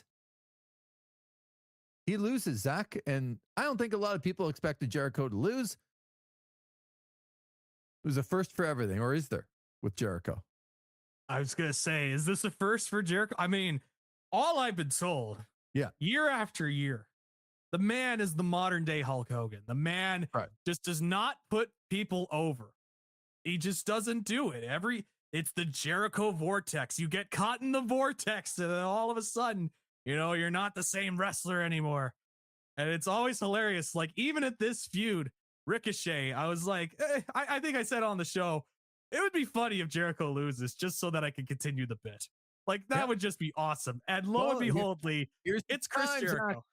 It's Chris Jericho, the man who I go on and I see, he's a modern day Hulk Hogan. He doesn't lose to anybody other than losing to Ricky Starks and MJF and Eddie Kingston and, Will Ospreay at Wembley, and just all these guys that he's lost to over the years. You remember that segment we did with Ricky Starks, and people were like, oh my God, is Ricky Starks going to be okay? And there was a gauntlet match with all the members of the Jericho Appreciation Society, and they all lost in the same match. Like, it was unbelievable. And so all of a sudden, all this modern day Chris Jericho stuff keeps popping up. And so it's Ricochet, right? It's like, you know what? I can at least understand Jericho winning because you kind of reestablish him on TV and whatnot. Nope. The man takes his own finisher, his own move, and he takes the pin and he loses again in his home country. He could have easily said he has enough stroke where he could say, look, Tony, I'm a big star here. I need to get this victory. But no, he said, nah, Ricochet needs to put me over tonight. Let's talk about Edge and Christian losing. Yeah. To FTR. I didn't have this one pegged either. I mean, it could have gone either way. But I have a hard time seeing where Edge and Christian are going at this point. And I'm going to call them, Edge and Christian, Cope and Cage. Yep. CNC Wrestle Factory, Lee. That's what we're calling them. Yes, they're going to make us think about sweating. They're actually not going to make us sweat because they are going to sweat because they are older gentlemen that are in the ring. So I don't think Christian ever sweats. He doesn't really do all that much. Edge sweats a lot, I will say. Yeah, he does. He's not Mike Rotunda levels yet, but he sweats a lot. I am Mike Rotunda levels though. When I go to the gym, I always tell people like they can look at me and just don't look at my machine because it looks like I've been on the machine for an hour, and it's like getting to the 7-minute mark. Right. But FTR beats Cope and Cage. Did you like this match? And where do you think, like, the Young Bucks are back in the picture? They won their match, which we can still talk about, but they won their match. They're back in the tag team title picture. Do we think Cope and Cage are still going to be?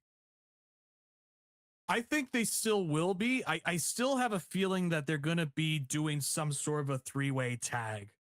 Like, it just feels like that's what they're doing. Like, take the best tag team from a certain era and then put them with the best tag teams of this era and combine them together, and you can market that. I feel like a 3-way tag match at All In is something that's still in the works.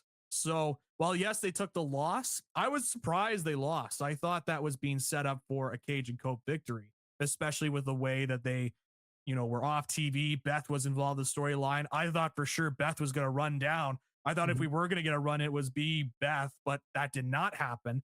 So I have a feeling that they're still going to do more with this involving the Bucks, because also we saw them, talk with the Bucks on TV and engage with them. So I feel like that's planting the seeds in the future. So I was surprised at the result. I thought it was a solid match. It might be the live bias, but I thought the match we saw between them in Toronto was a better match. I do too. But I still thought it was a solid match. There are some times where I really like FTR. I had them as my tag team of the year last year because I thought their overall body of work was great. Wait for your next sentence. But sometimes at the end of matches, it gets a little stumbly. But sometimes they throw a little too many spots into their matches, which I know is funny to say. Zach, gets clunky. How many reviews have we done of shows at the end of their match we go, that was kind of clunky? Yeah. I think they try to go for some of those old school Southern tag finishes, and sometimes when they pull it off, it can come off really, really well. But there are other times that it also depends on the quality of opponent. And I love Christian Cage, Edge. I'm shoulder shrug on personally, but um, they're at a stage of their career where I don't think they'd be able to pull off some of those finishing stretch. I think they could do that with the Bucks, but yeah, it got a little clunky. My man Big Stoke getting attacked again, completely unnecessary. Why they got to do my man Big Stoke like that? But nonetheless, I was surprised they lost. But I just do think Cage and Cope, the CNC Wrestle Factory, will find a way back into their feud. You're gonna work that in, like I'm gonna. I got my new bit. Okay, let's get to Tekla and Jamie Hayter. One of the things I wanted to mention about this, and Tekla beats Jamie Hayter and pins her with a little help from the ropes. But I thought, like, Tekla is one of these women that I don't find. I don't know. I find her head and shoulders above some of the other women. Like she comes across like a wrestler. She does wrestling things. She acts like a wrestler. I don't find her matches like choreographed. It's like she's just, and I mean this in the highest compliment, but she's just like a normal wrestler. Like she comes in and it's a good match, and it's like some of the other women just can't keep up with her. And I see why she's on top. I thought this match was good. I don't love Jamie Hayter right now. I think she's still missing something to get to that upper echelon. But man, Tekla, I don't want to say she's growing on me because I've always liked her, but like she's getting up there in the territory of like there's not much else until Mercedes comes back that is going to threaten her with that world championship. And Tony Storm gone too. I don't see many people threatening her right now. I think it said a lot when the reports came out that Tony Khan immediately wanted to re-sign her. And like she had only been there for a couple of months, and the reports came in, they extended her contract. Right. I think that means a lot in the sense of how they view Tekla. I've said on this show, I think she rocks. I think she's awesome. I love the gimmick. I love the strikes that she was laid in this match were so like it's one of those, it's a fine line you have to do when you're delivering good strikes where you don't want to do it too much where you're purposely hurting your opponent, but you want to do it enough where it looks like you're laying it in and it looks like you're watching a stiff wrestling match. And that's what that was for Tekla. Like I thought these two like laid in a lot of their strikes. I thought it was a lot of fun to watch in that sense. And I think I'm higher on Jamie Hayter than you are. I think she's a fantastic wrestler, especially on pay-per-view. I will say, though, that opening entrance where like Alex Windsor's at the bar or whatever, and they had the little sign up there as well. I was looking at this and I'm like, you're trying to sell these women that brawl, and then you're bringing in these gimmicks like that I would see on the WWE so why aren't they just tough and beating people up? Right. Why is it like somebody running in and they're throwing her over the bar top if they're going to bring that in or something? Why is Jamie Hayter kissing her bicep every 5 seconds? It's her Pensa's El Zero Miedo. She likes to do it. She really likes to get that over. But she's a brawling bird. Yes. I know. I agree. She wears a scarf. Like something is missing with her. Yes. I was looking at this and I was like, like I was like, could you imagine if they had Stan Hansen like sitting backstage and they made his own makeshift saloon that he comes through the doors on? And they're like, and he's like, yeehaw, I'm Stan Hansen. Like, no, that wouldn't work. But well, hold on. People are gonna say right now about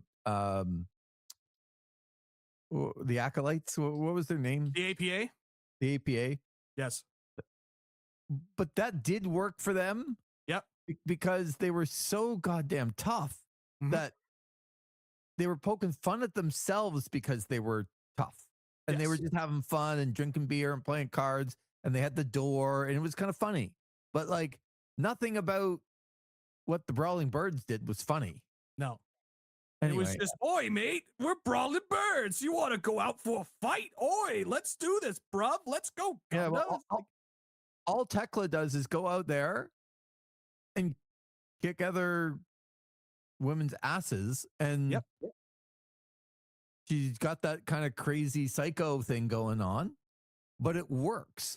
as opposed to like what Chris Statlander has and like this cosmic gimmick that I still have no idea what. That also seems to constantly change with Chris Statlander. Like she is cosmic, then she isn't cosmic, and then I know, but like, I don't know why Jamie Hayter and Alex Windsor need to be the Brawling Birds and then like wear matching outfits and be at the bar. It's like I don't get it. You know, you got to be a tag team. So if you're going to be a tag team, you need a fun little name so you can sell a t-shirt. But the whole point of this, when I watch this match, I'm like, there's nobody in Tekla's category.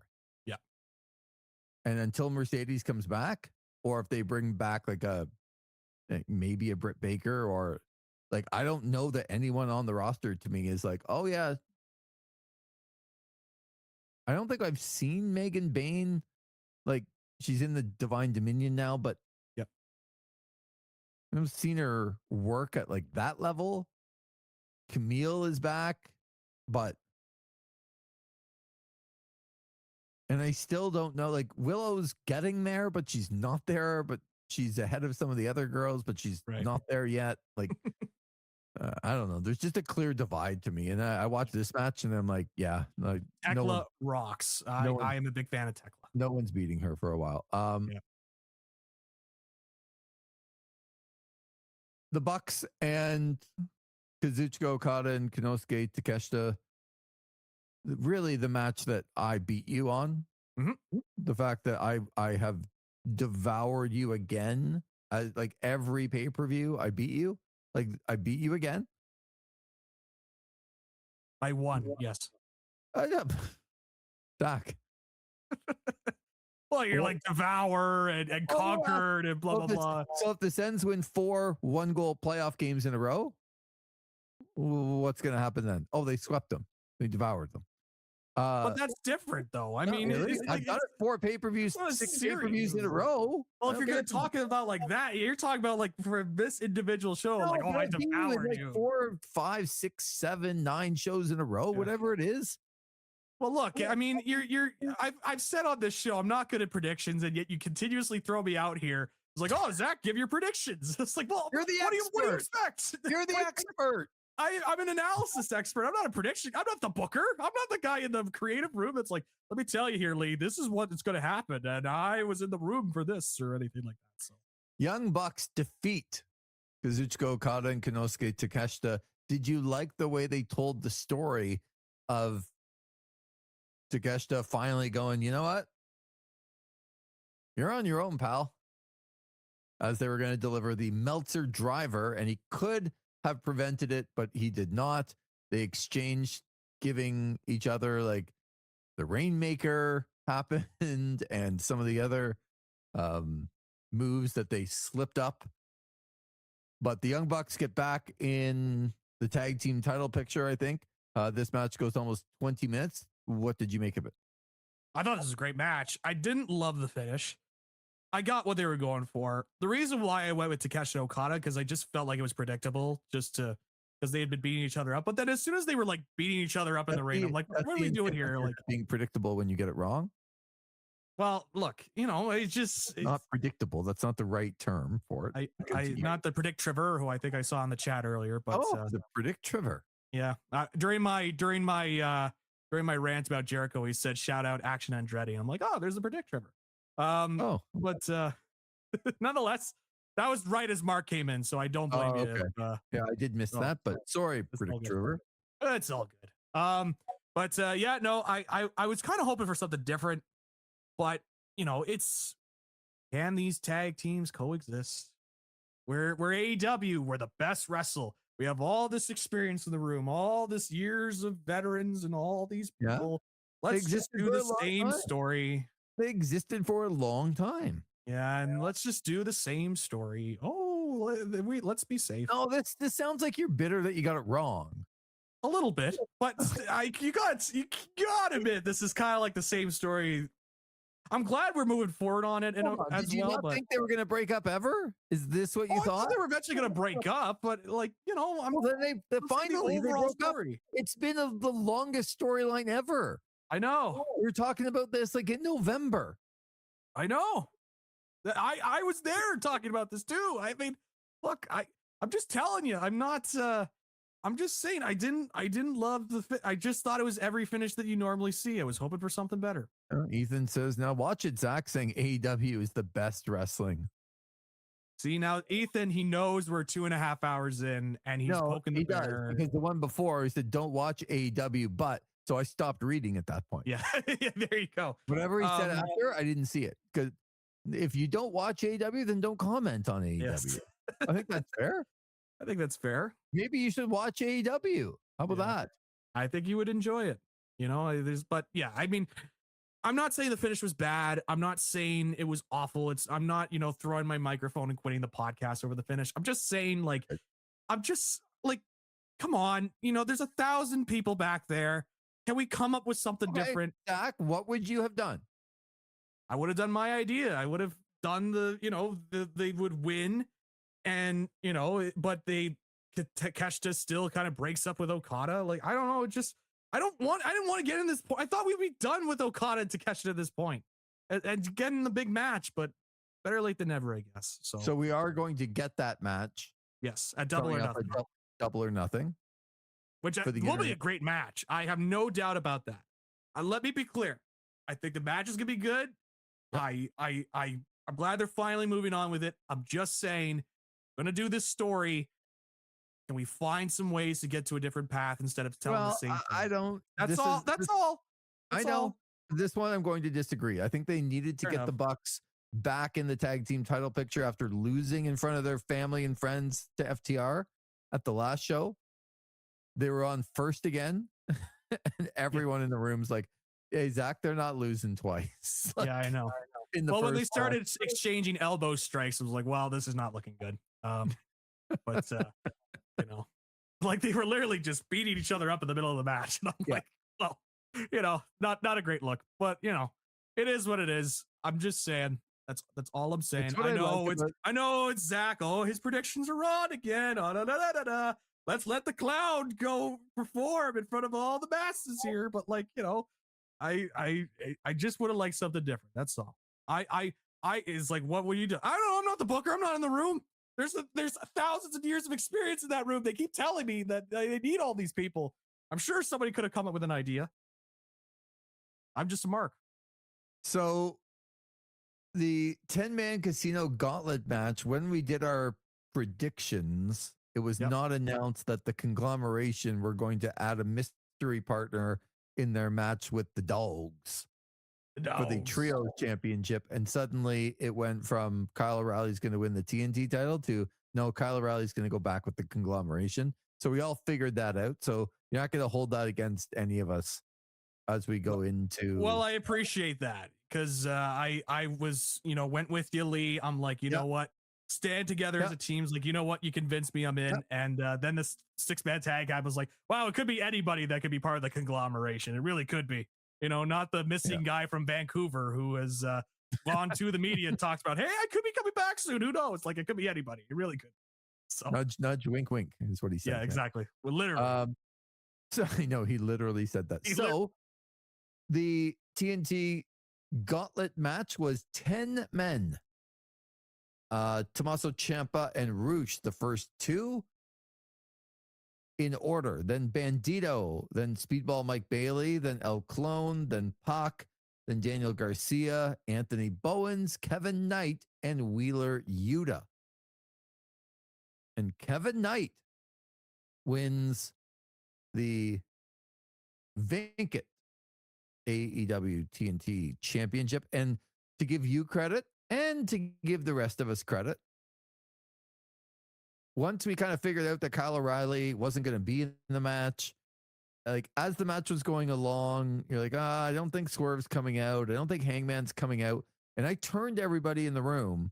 I'm like, well, okay, now that there are 8 or 9 guys in, like, who do you got? And pretty much everyone was like, Kevin Knight. Kevin. And Kevin Knight ends up winning the title. Good choice. I like it. I all for putting on a guy, especially they seem pretty high on Kevin Knight. So I'm glad that they're going forward with a push and try something new with that championship belt.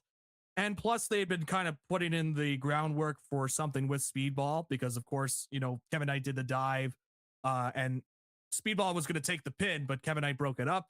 That's something that they could play off of as well if they wanted to go down that path.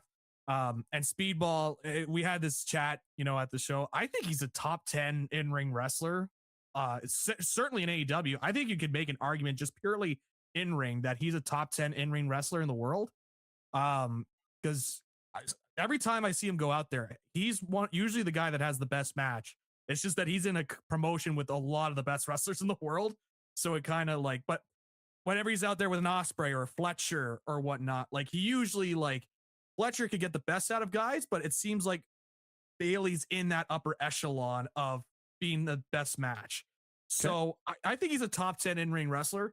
Obviously he's somebody that I don't think he's ever going to get there character wise. But having said that, I think it's smart. It was smart to pair him with Kevin Knight, who they had an eye on and want to see him grow, put him in a tag team with the really good wrestler like Speedball and grow from there. And then you can build a program off of that. So I like the pick for Kevin Knight. It's something different as a good direction. And it's something that they could go back to with Speedball in the future. So I am done with these gauntlet matches, though. I think we can put a pause on the gauntlet matches for the time being. Yeah. Okay.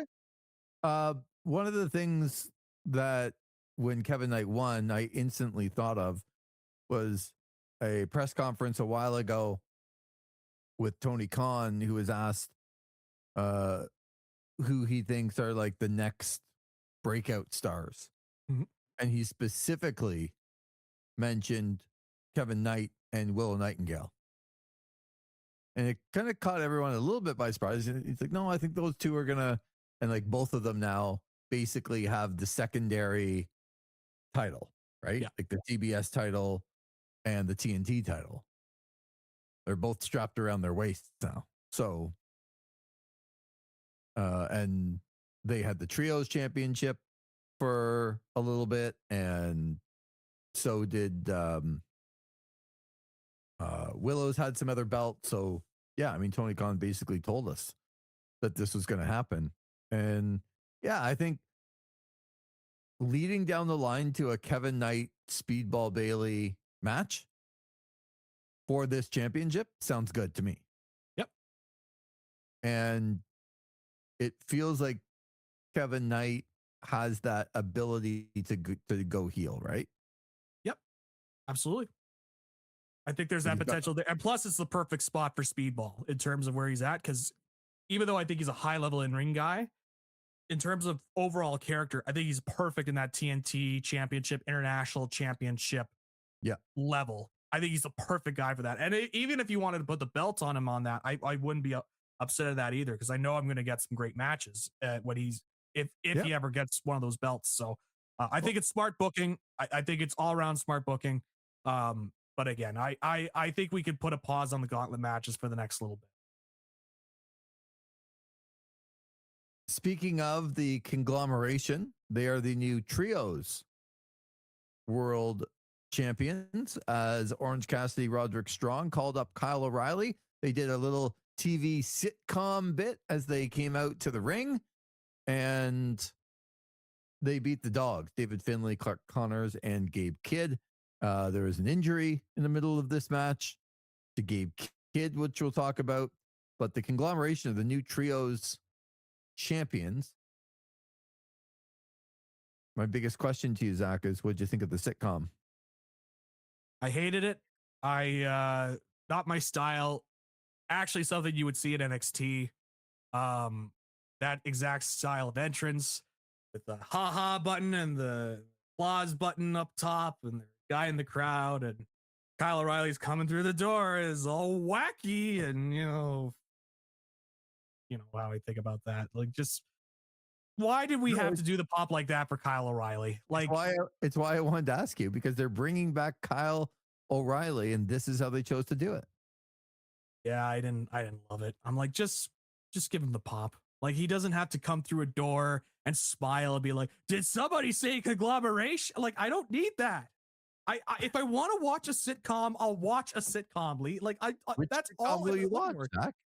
I'll put on maybe a Seinfeld episode. I don't mind Friends. I've watched Friends in the past. What happened to Jung Lee and Gilmore Girls? Come on. Oh, that's true. There you go. If if I want to watch a sitcom, I'll watch a sitcom. I don't need this like ha ha ha applause and Roderick Strong still yelling out the guy's name, and I'm like, it's Roderick Strong, like he's why is he doing this? And then Orange Cassidy's laying in his couch, and it's like, it's so funnily, it's so I'm just you saw me there at the event. I was rolling over the floor laughing. We got new champions. Gabe Kidd, when I believe had surgery, did he not? I know for sure he had the dislocated shoulder. And it was going to be out long term, the words of Tony Khan. But then Gabe Kidd cut a promo basically saying, screw that. Screw everybody. Used a lot of bad words. God love Gabe Kidd. He's just. When the dogs came out and they lifted the couch and the other guy was having relations with the couch and the other guy was peeing on the couch. Like, I was like, you know what? That's my like, screw this couch. In this case, literally for one guy, and he just just threw it up. So yeah, I thought that was great. It's like, well, at least somebody understands this business. But yeah, otherwise the match was nothing really special. It was really just set up to get O'Reilly back. It sucks that Gabe Kidd had that dislocated shoulder. Again, I don't know if he had surgery. I haven't caught up yet, but nonetheless, that's how it goes. All right. So the final match that we have to talk about, I think, was a bit of another stunner. Maybe it shouldn't have been, but it was to me. Jon Moxley beat Will Ospreay clean and kept the AEW Continental Championship. I did see that they were taking some heat for some of the things in the match. And this is the one that kind of made my blood boil, right? It's like people were mad that, he hit the paradigm shift, Moxley on Ospreay, and he got right up and went into the hidden blade on a reaction. Man, oh man. Crazy. I love this match. They're two of my favorite workers. And even though I didn't expect the ending, I still love the ending because Ospreay can always recover from a loss. Yep. And they keep making Moxley strong, which I love as well. So I didn't predict it, but I still liked it. And for me, this was the best match on the card. I agree. This was also my favorite match of the card. It had everything I could want. Like, as soon as they were just hitting hard on each other, I'm like, let's go. I'm in. Like, I like this Continental Classic championship, this Continental Championship, because it is something different out of all the title belts, and it brings a unique aspect to the show. Yep. I'm glad you brought up that spot, because it just drove me insane, because you could just see the people that didn't watch the show like, oh, why isn't Ospreay selling his back? He just had a serious neck. And I'm like, that was the whole match. Like, that was literally all Ospreay did was like get thrown on the ropes. And he's like, he had all the kinesio tape or whatever and all across his back, but one spot because he has like when people don't watch and then they have opinions, I'm out. Yeah. Like, sorry, Ethan, you don't watch AEW and you get an opinion about it. Like, I'm out. And it doesn't mean I don't want to hear other things that you have to say, but like, Zach, these things don't really bother me all that much, because when people have opinions on that kind of stuff and they haven't really watched it, you're like, well, you just haven't watched. Yeah. Like, that's it. Yep. It's just like you're at some point, like, I have to pull back and realize I'm arguing with people that are reading the box scores instead of watching the game. That's kind of my go-to. So I saw it. I'm like, guys, did you watch them? Like, the whole match was him selling his back. You could not have asked for more selling if you could have wanted to. Mm-hmm. So that's what made the match great. Is like they're both hitting each other hard. It was a great match, and I will continue to sing the praises of Jon Moxley. I think that guy continues to be so underappreciated and such a tremendous wrestler. I think that guy, like, so many people get caught up in the blood and all the other matches, but this was one of those matches where he didn't bleed in the match, and he still came across legitimate, physical, awesome, a legitimate champion. So I thought this was my favorite match. It had everything I could want. I was also surprised by this result as well. But like what you said, I think the way that it was played out, I think this is a program that's going to continue, especially, what we saw on Dynamite before that.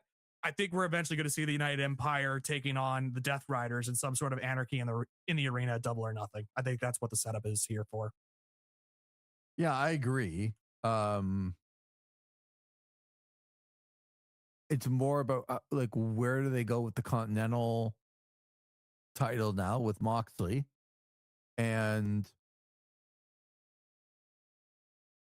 what happens with Will Ospreay trying to get to the world title? Is it the Owen now for him? I think that's going to be the path. And I think it makes sense from a storyline aspect because he was in the final last year with Hangman and lost. Yep. So that could be a redemption arc. He's like, I was there last year and now I'm going to go back in and truly win it all. And maybe if you wanted to, like, the very future, if you wanted to go back to a Will Ospreay Hangman program, not for the title, you can allude back to that. It's like, oh, you won the Owen that year, but because I wasn't there, and I wasn't there to stop your path. So again, there's a way that they could do that. So, yeah, I love this match. I thought it was fantastic. Yeah, I loved it too. I thought it's interesting. You talk about Ospreay losing in the finals. Well, the year before, Hangman lost to Bryan Danielson in the finals and then came back to win it the next year.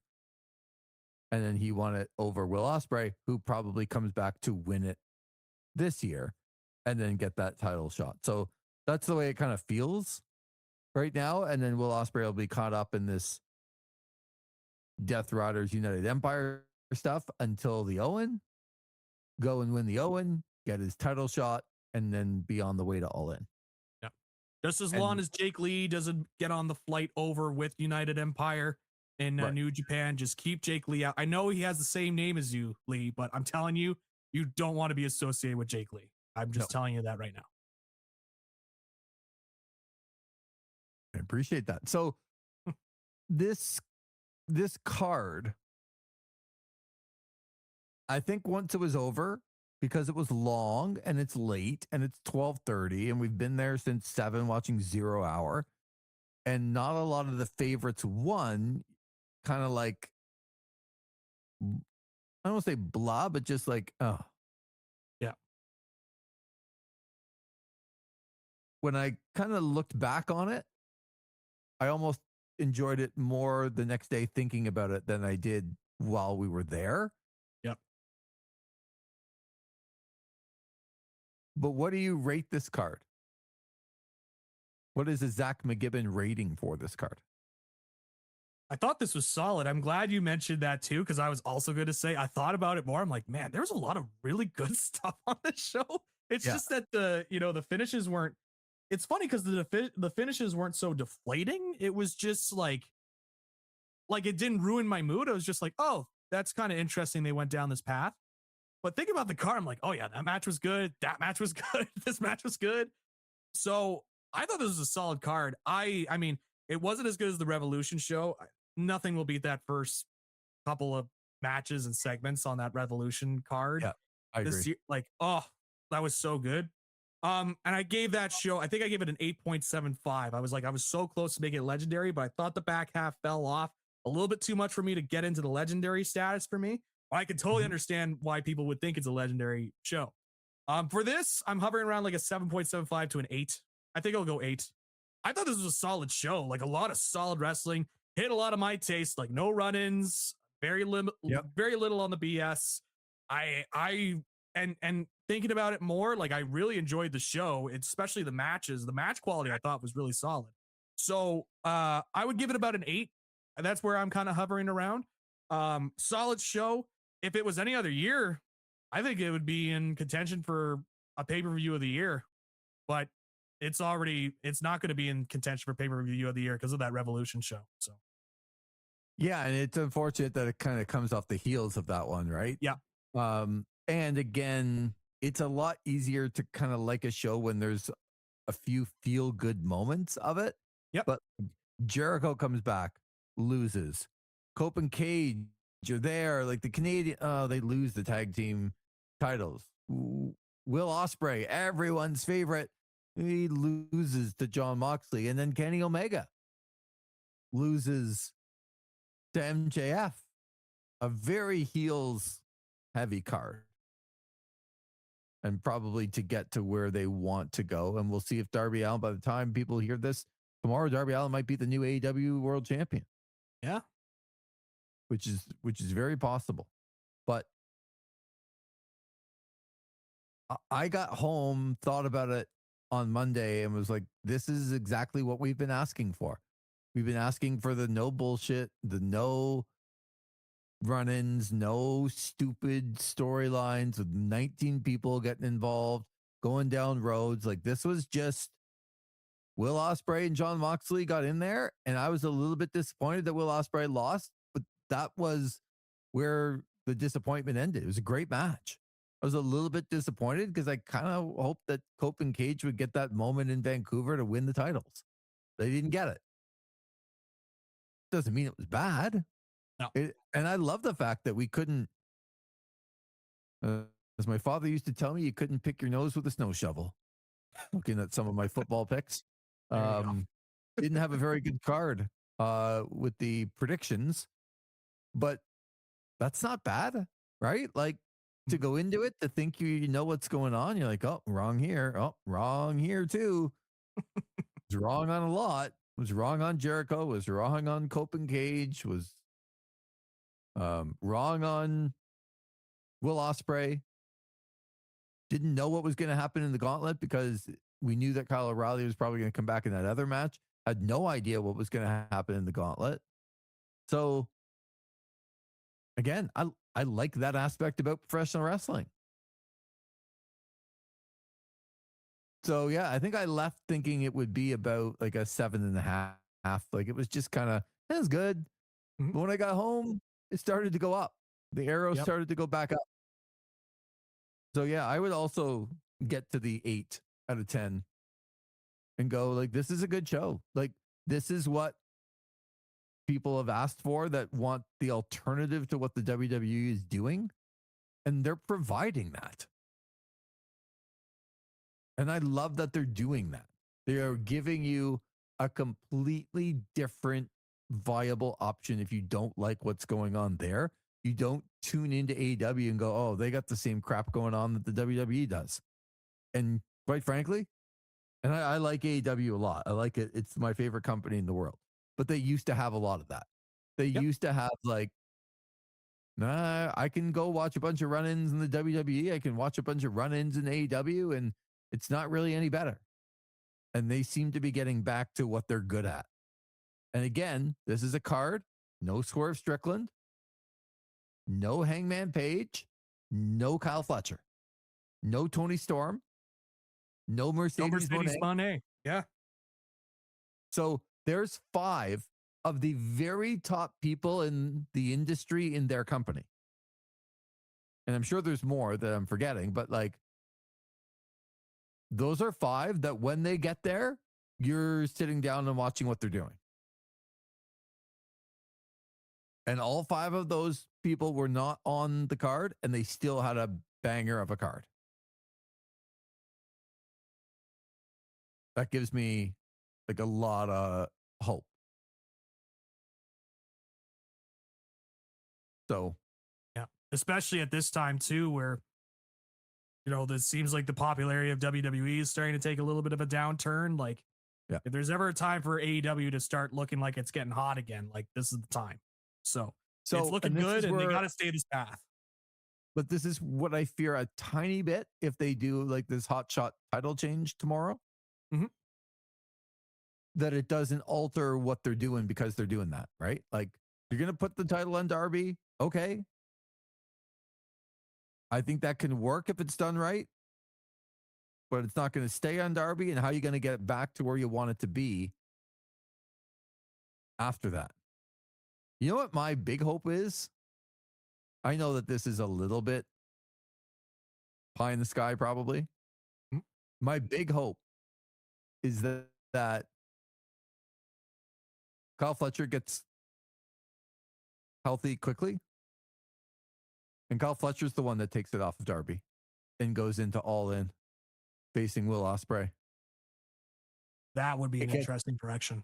Gets Kyle Fletcher out of the TNT stuff and puts him in full main event status. And if Kyle Fletcher wrestled Darby Allin, it would not be like, it's a very legitimate beating Darby Allin if you're Kyle Fletcher. Oh, yeah. Right? Do they go that route for the world title and then have MJF do something else? I don't know, but it is very interesting. And I like the fact that they have a little bit of juice here going into WrestleMania week when the WWE is going in the wrong direction quickly. Yeah.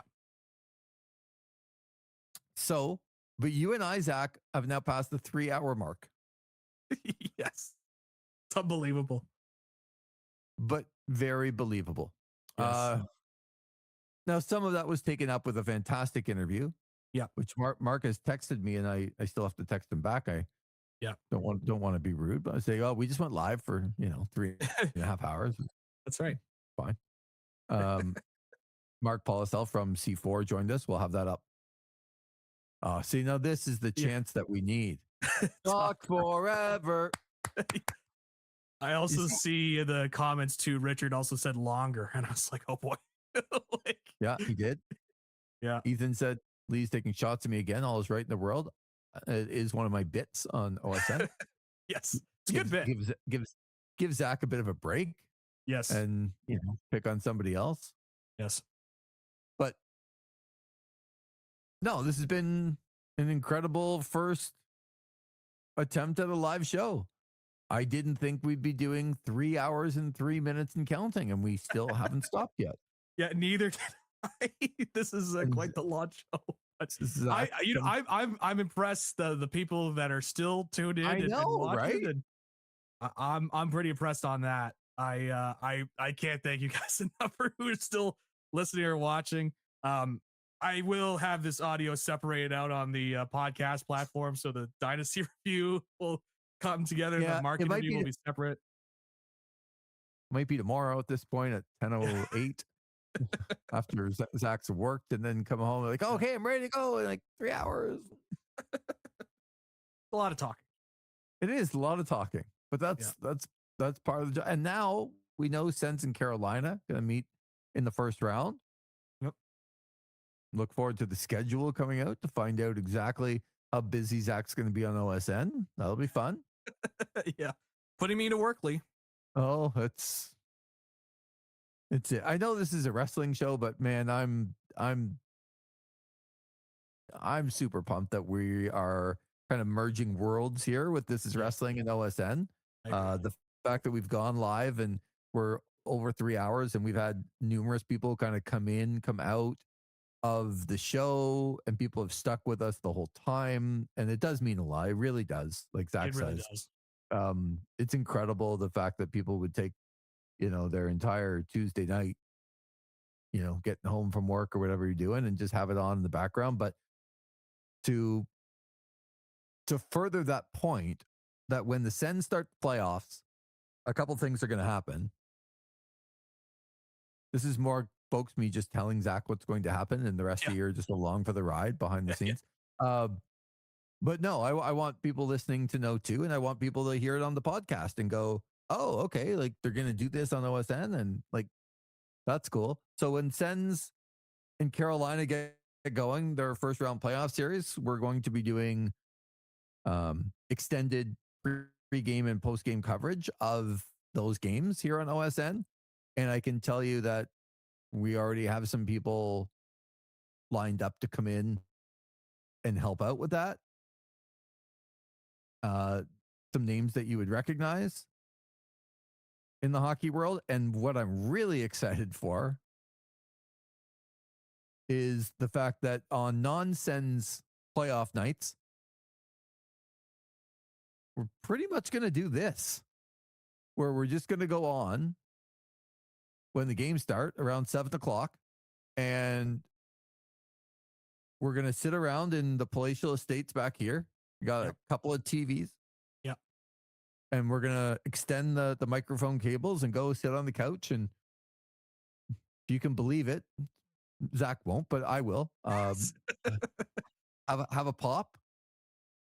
And we got guys coming in that are going to be able to watch the games with us and just sort of react to what's happening in the playoff games, and then also tell some stories along the way. Guys like former NHLer John Chabot. Guys like Chris Stevenson. Guys like Scott MacArthur. Brad Brown also in. Yeah. Had a good convo with Brad today. There you go. And he's pumped up about it.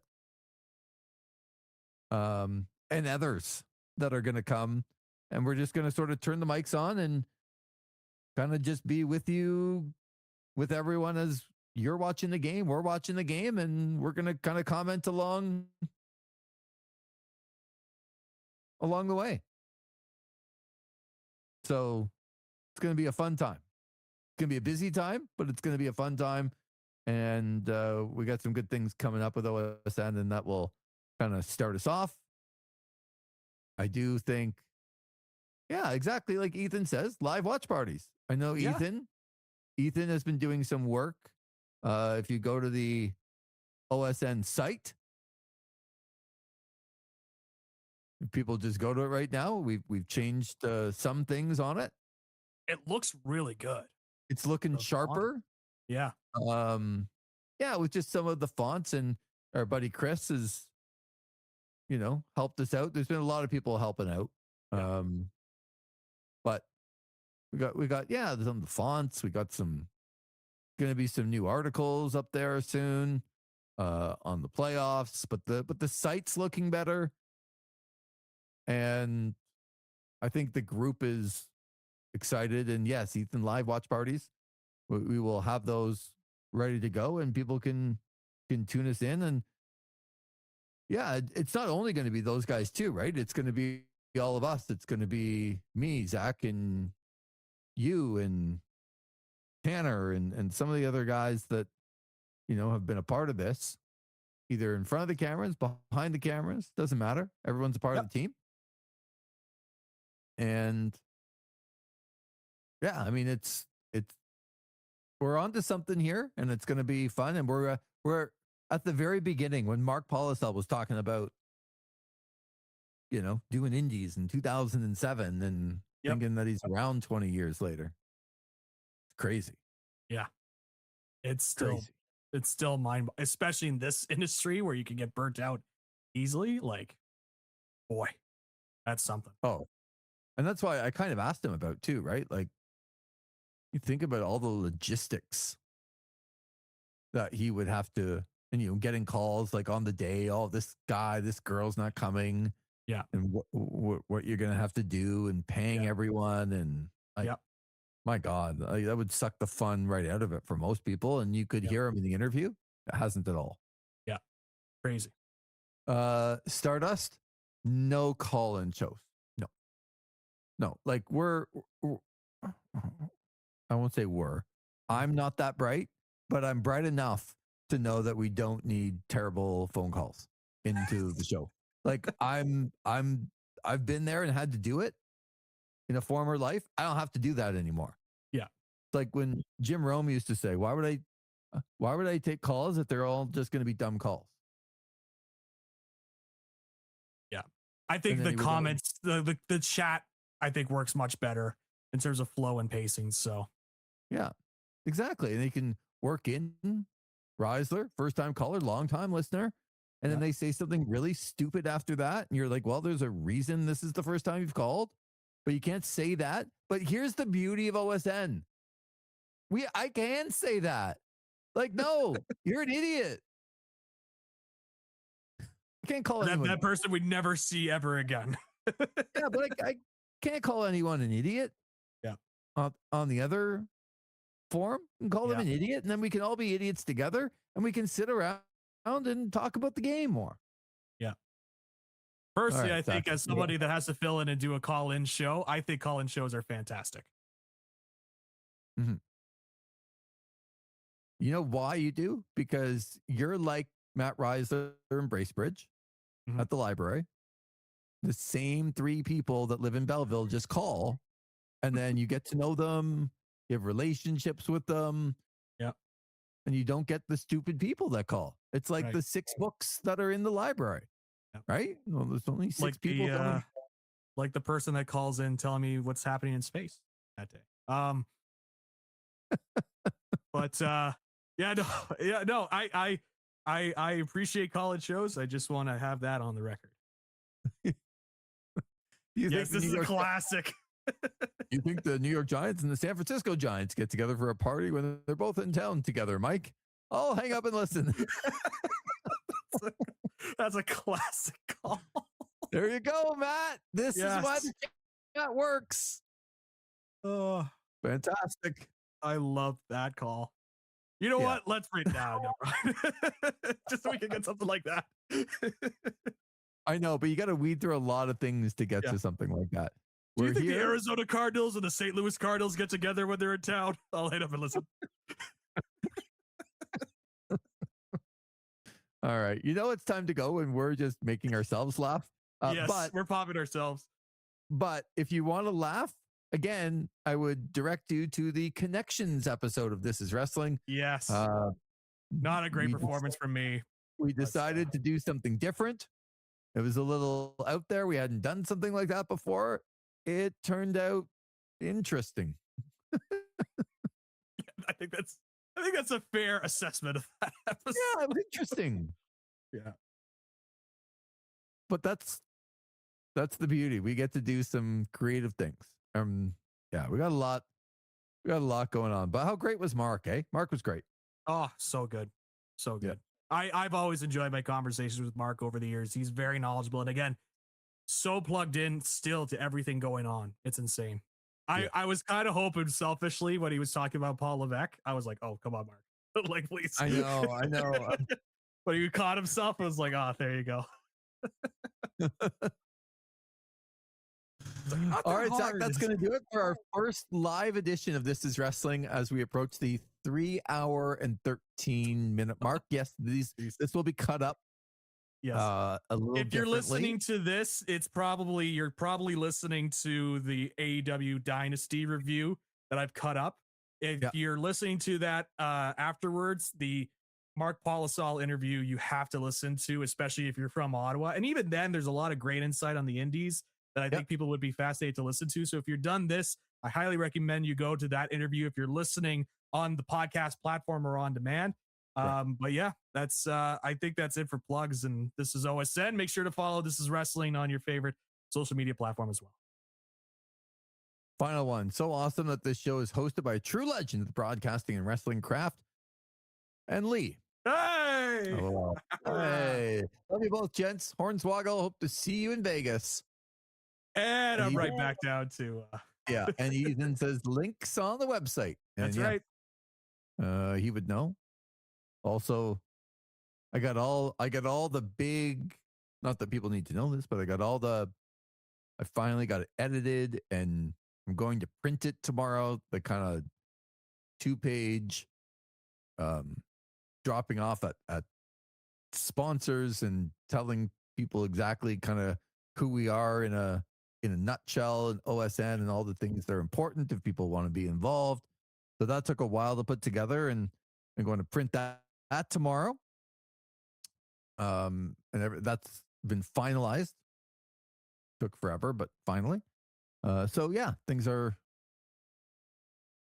coming together. Yeah. We just don't have 3.5-hour shows every night. Then we'll see. I wouldn't expect this. I wouldn't expect this for the future, just for those tuning in. But hey, if you're gonna do it, a first show is not a bad idea. So we'll all be. Remember that first show we did on OSN where we started at like 7:02 and it was like 10:20 and we're still going. Yep. As Matt said, you love to see it. Ethan says, hell yeah. And that's the beauty of when you start something up like this and people get in on the ground floor, that it's the same thing I said to Mark with the indie wrestlers. Like, I pop when I see London Lightning on, like with FTR, and FTR is pretending to be dead and he doesn't know what to do. And then all of a sudden he loses. Oh, poor London. But, like junior hockey players, and you see them at 16 and you go, you know what? That's a hell of a player. Like, you see some good players with Trenton Yep. and in Eastons Kingston and Kingston. Yep. With the Frontenacs, and you remember some of those people. Like, Yeah. I was at 16. I was screaming from the mountaintops that, like, you got to see this Logan Couture kid. Like, you got to see this Sean Monahan kid. They've turned out okay. Yeah, I would say so. Ethan said that OSN Ford F-150 truck is going to look sick. Yeah. Will they give a percentage discount for WrestleMania like Ram did, or? It's time to go. We're going to have a WrestleMania preview later on in the week. With all the other busy things, it is WrestleMania week, and no matter how much the product has not been great, there are some things to look forward to, like Brock and Oba, like for me, Roman, CM Punk, and hopefully they pull some tricks, out of the hat and do some good things as well coming up on WrestleMania weekend. And the beauty of WrestleMania weekend too is, like, usually you get together and you get to see a bunch of people because everyone kind of comes for wrestling, right? So possible that we'll get to see some of those people as well. So thank you for everyone listening. Thank you for being part of a chat. Thank you to Mark Polisel, and thanks for Zach McGibbon for staying up really late or early to edit this afterwards, because I can't even imagine.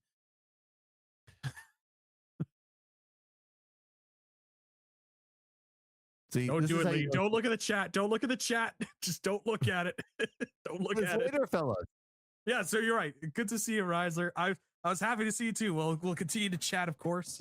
Yeah, exactly. I was happy, and yeah, I'm not putting over everything everybody does in the chat. They can look at themselves, off themselves, and have a good time with that. So for the live show, this has been amazing for everyone. If you're listening on the podcast, just find out on thisisosn.com. This is wrestling, when the next live show is going to be. That's right. Because we're going to do this regularly. It's not going to be all the time. We are going to record some things and put it out there for people, but we will do some live shows to make sure that we're getting the pulse. That's right. Of people. So for Zach McGibbon, I'm Lee Versage. Really appreciate everything and everyone being with us on the first live edition of This Is Wrestling.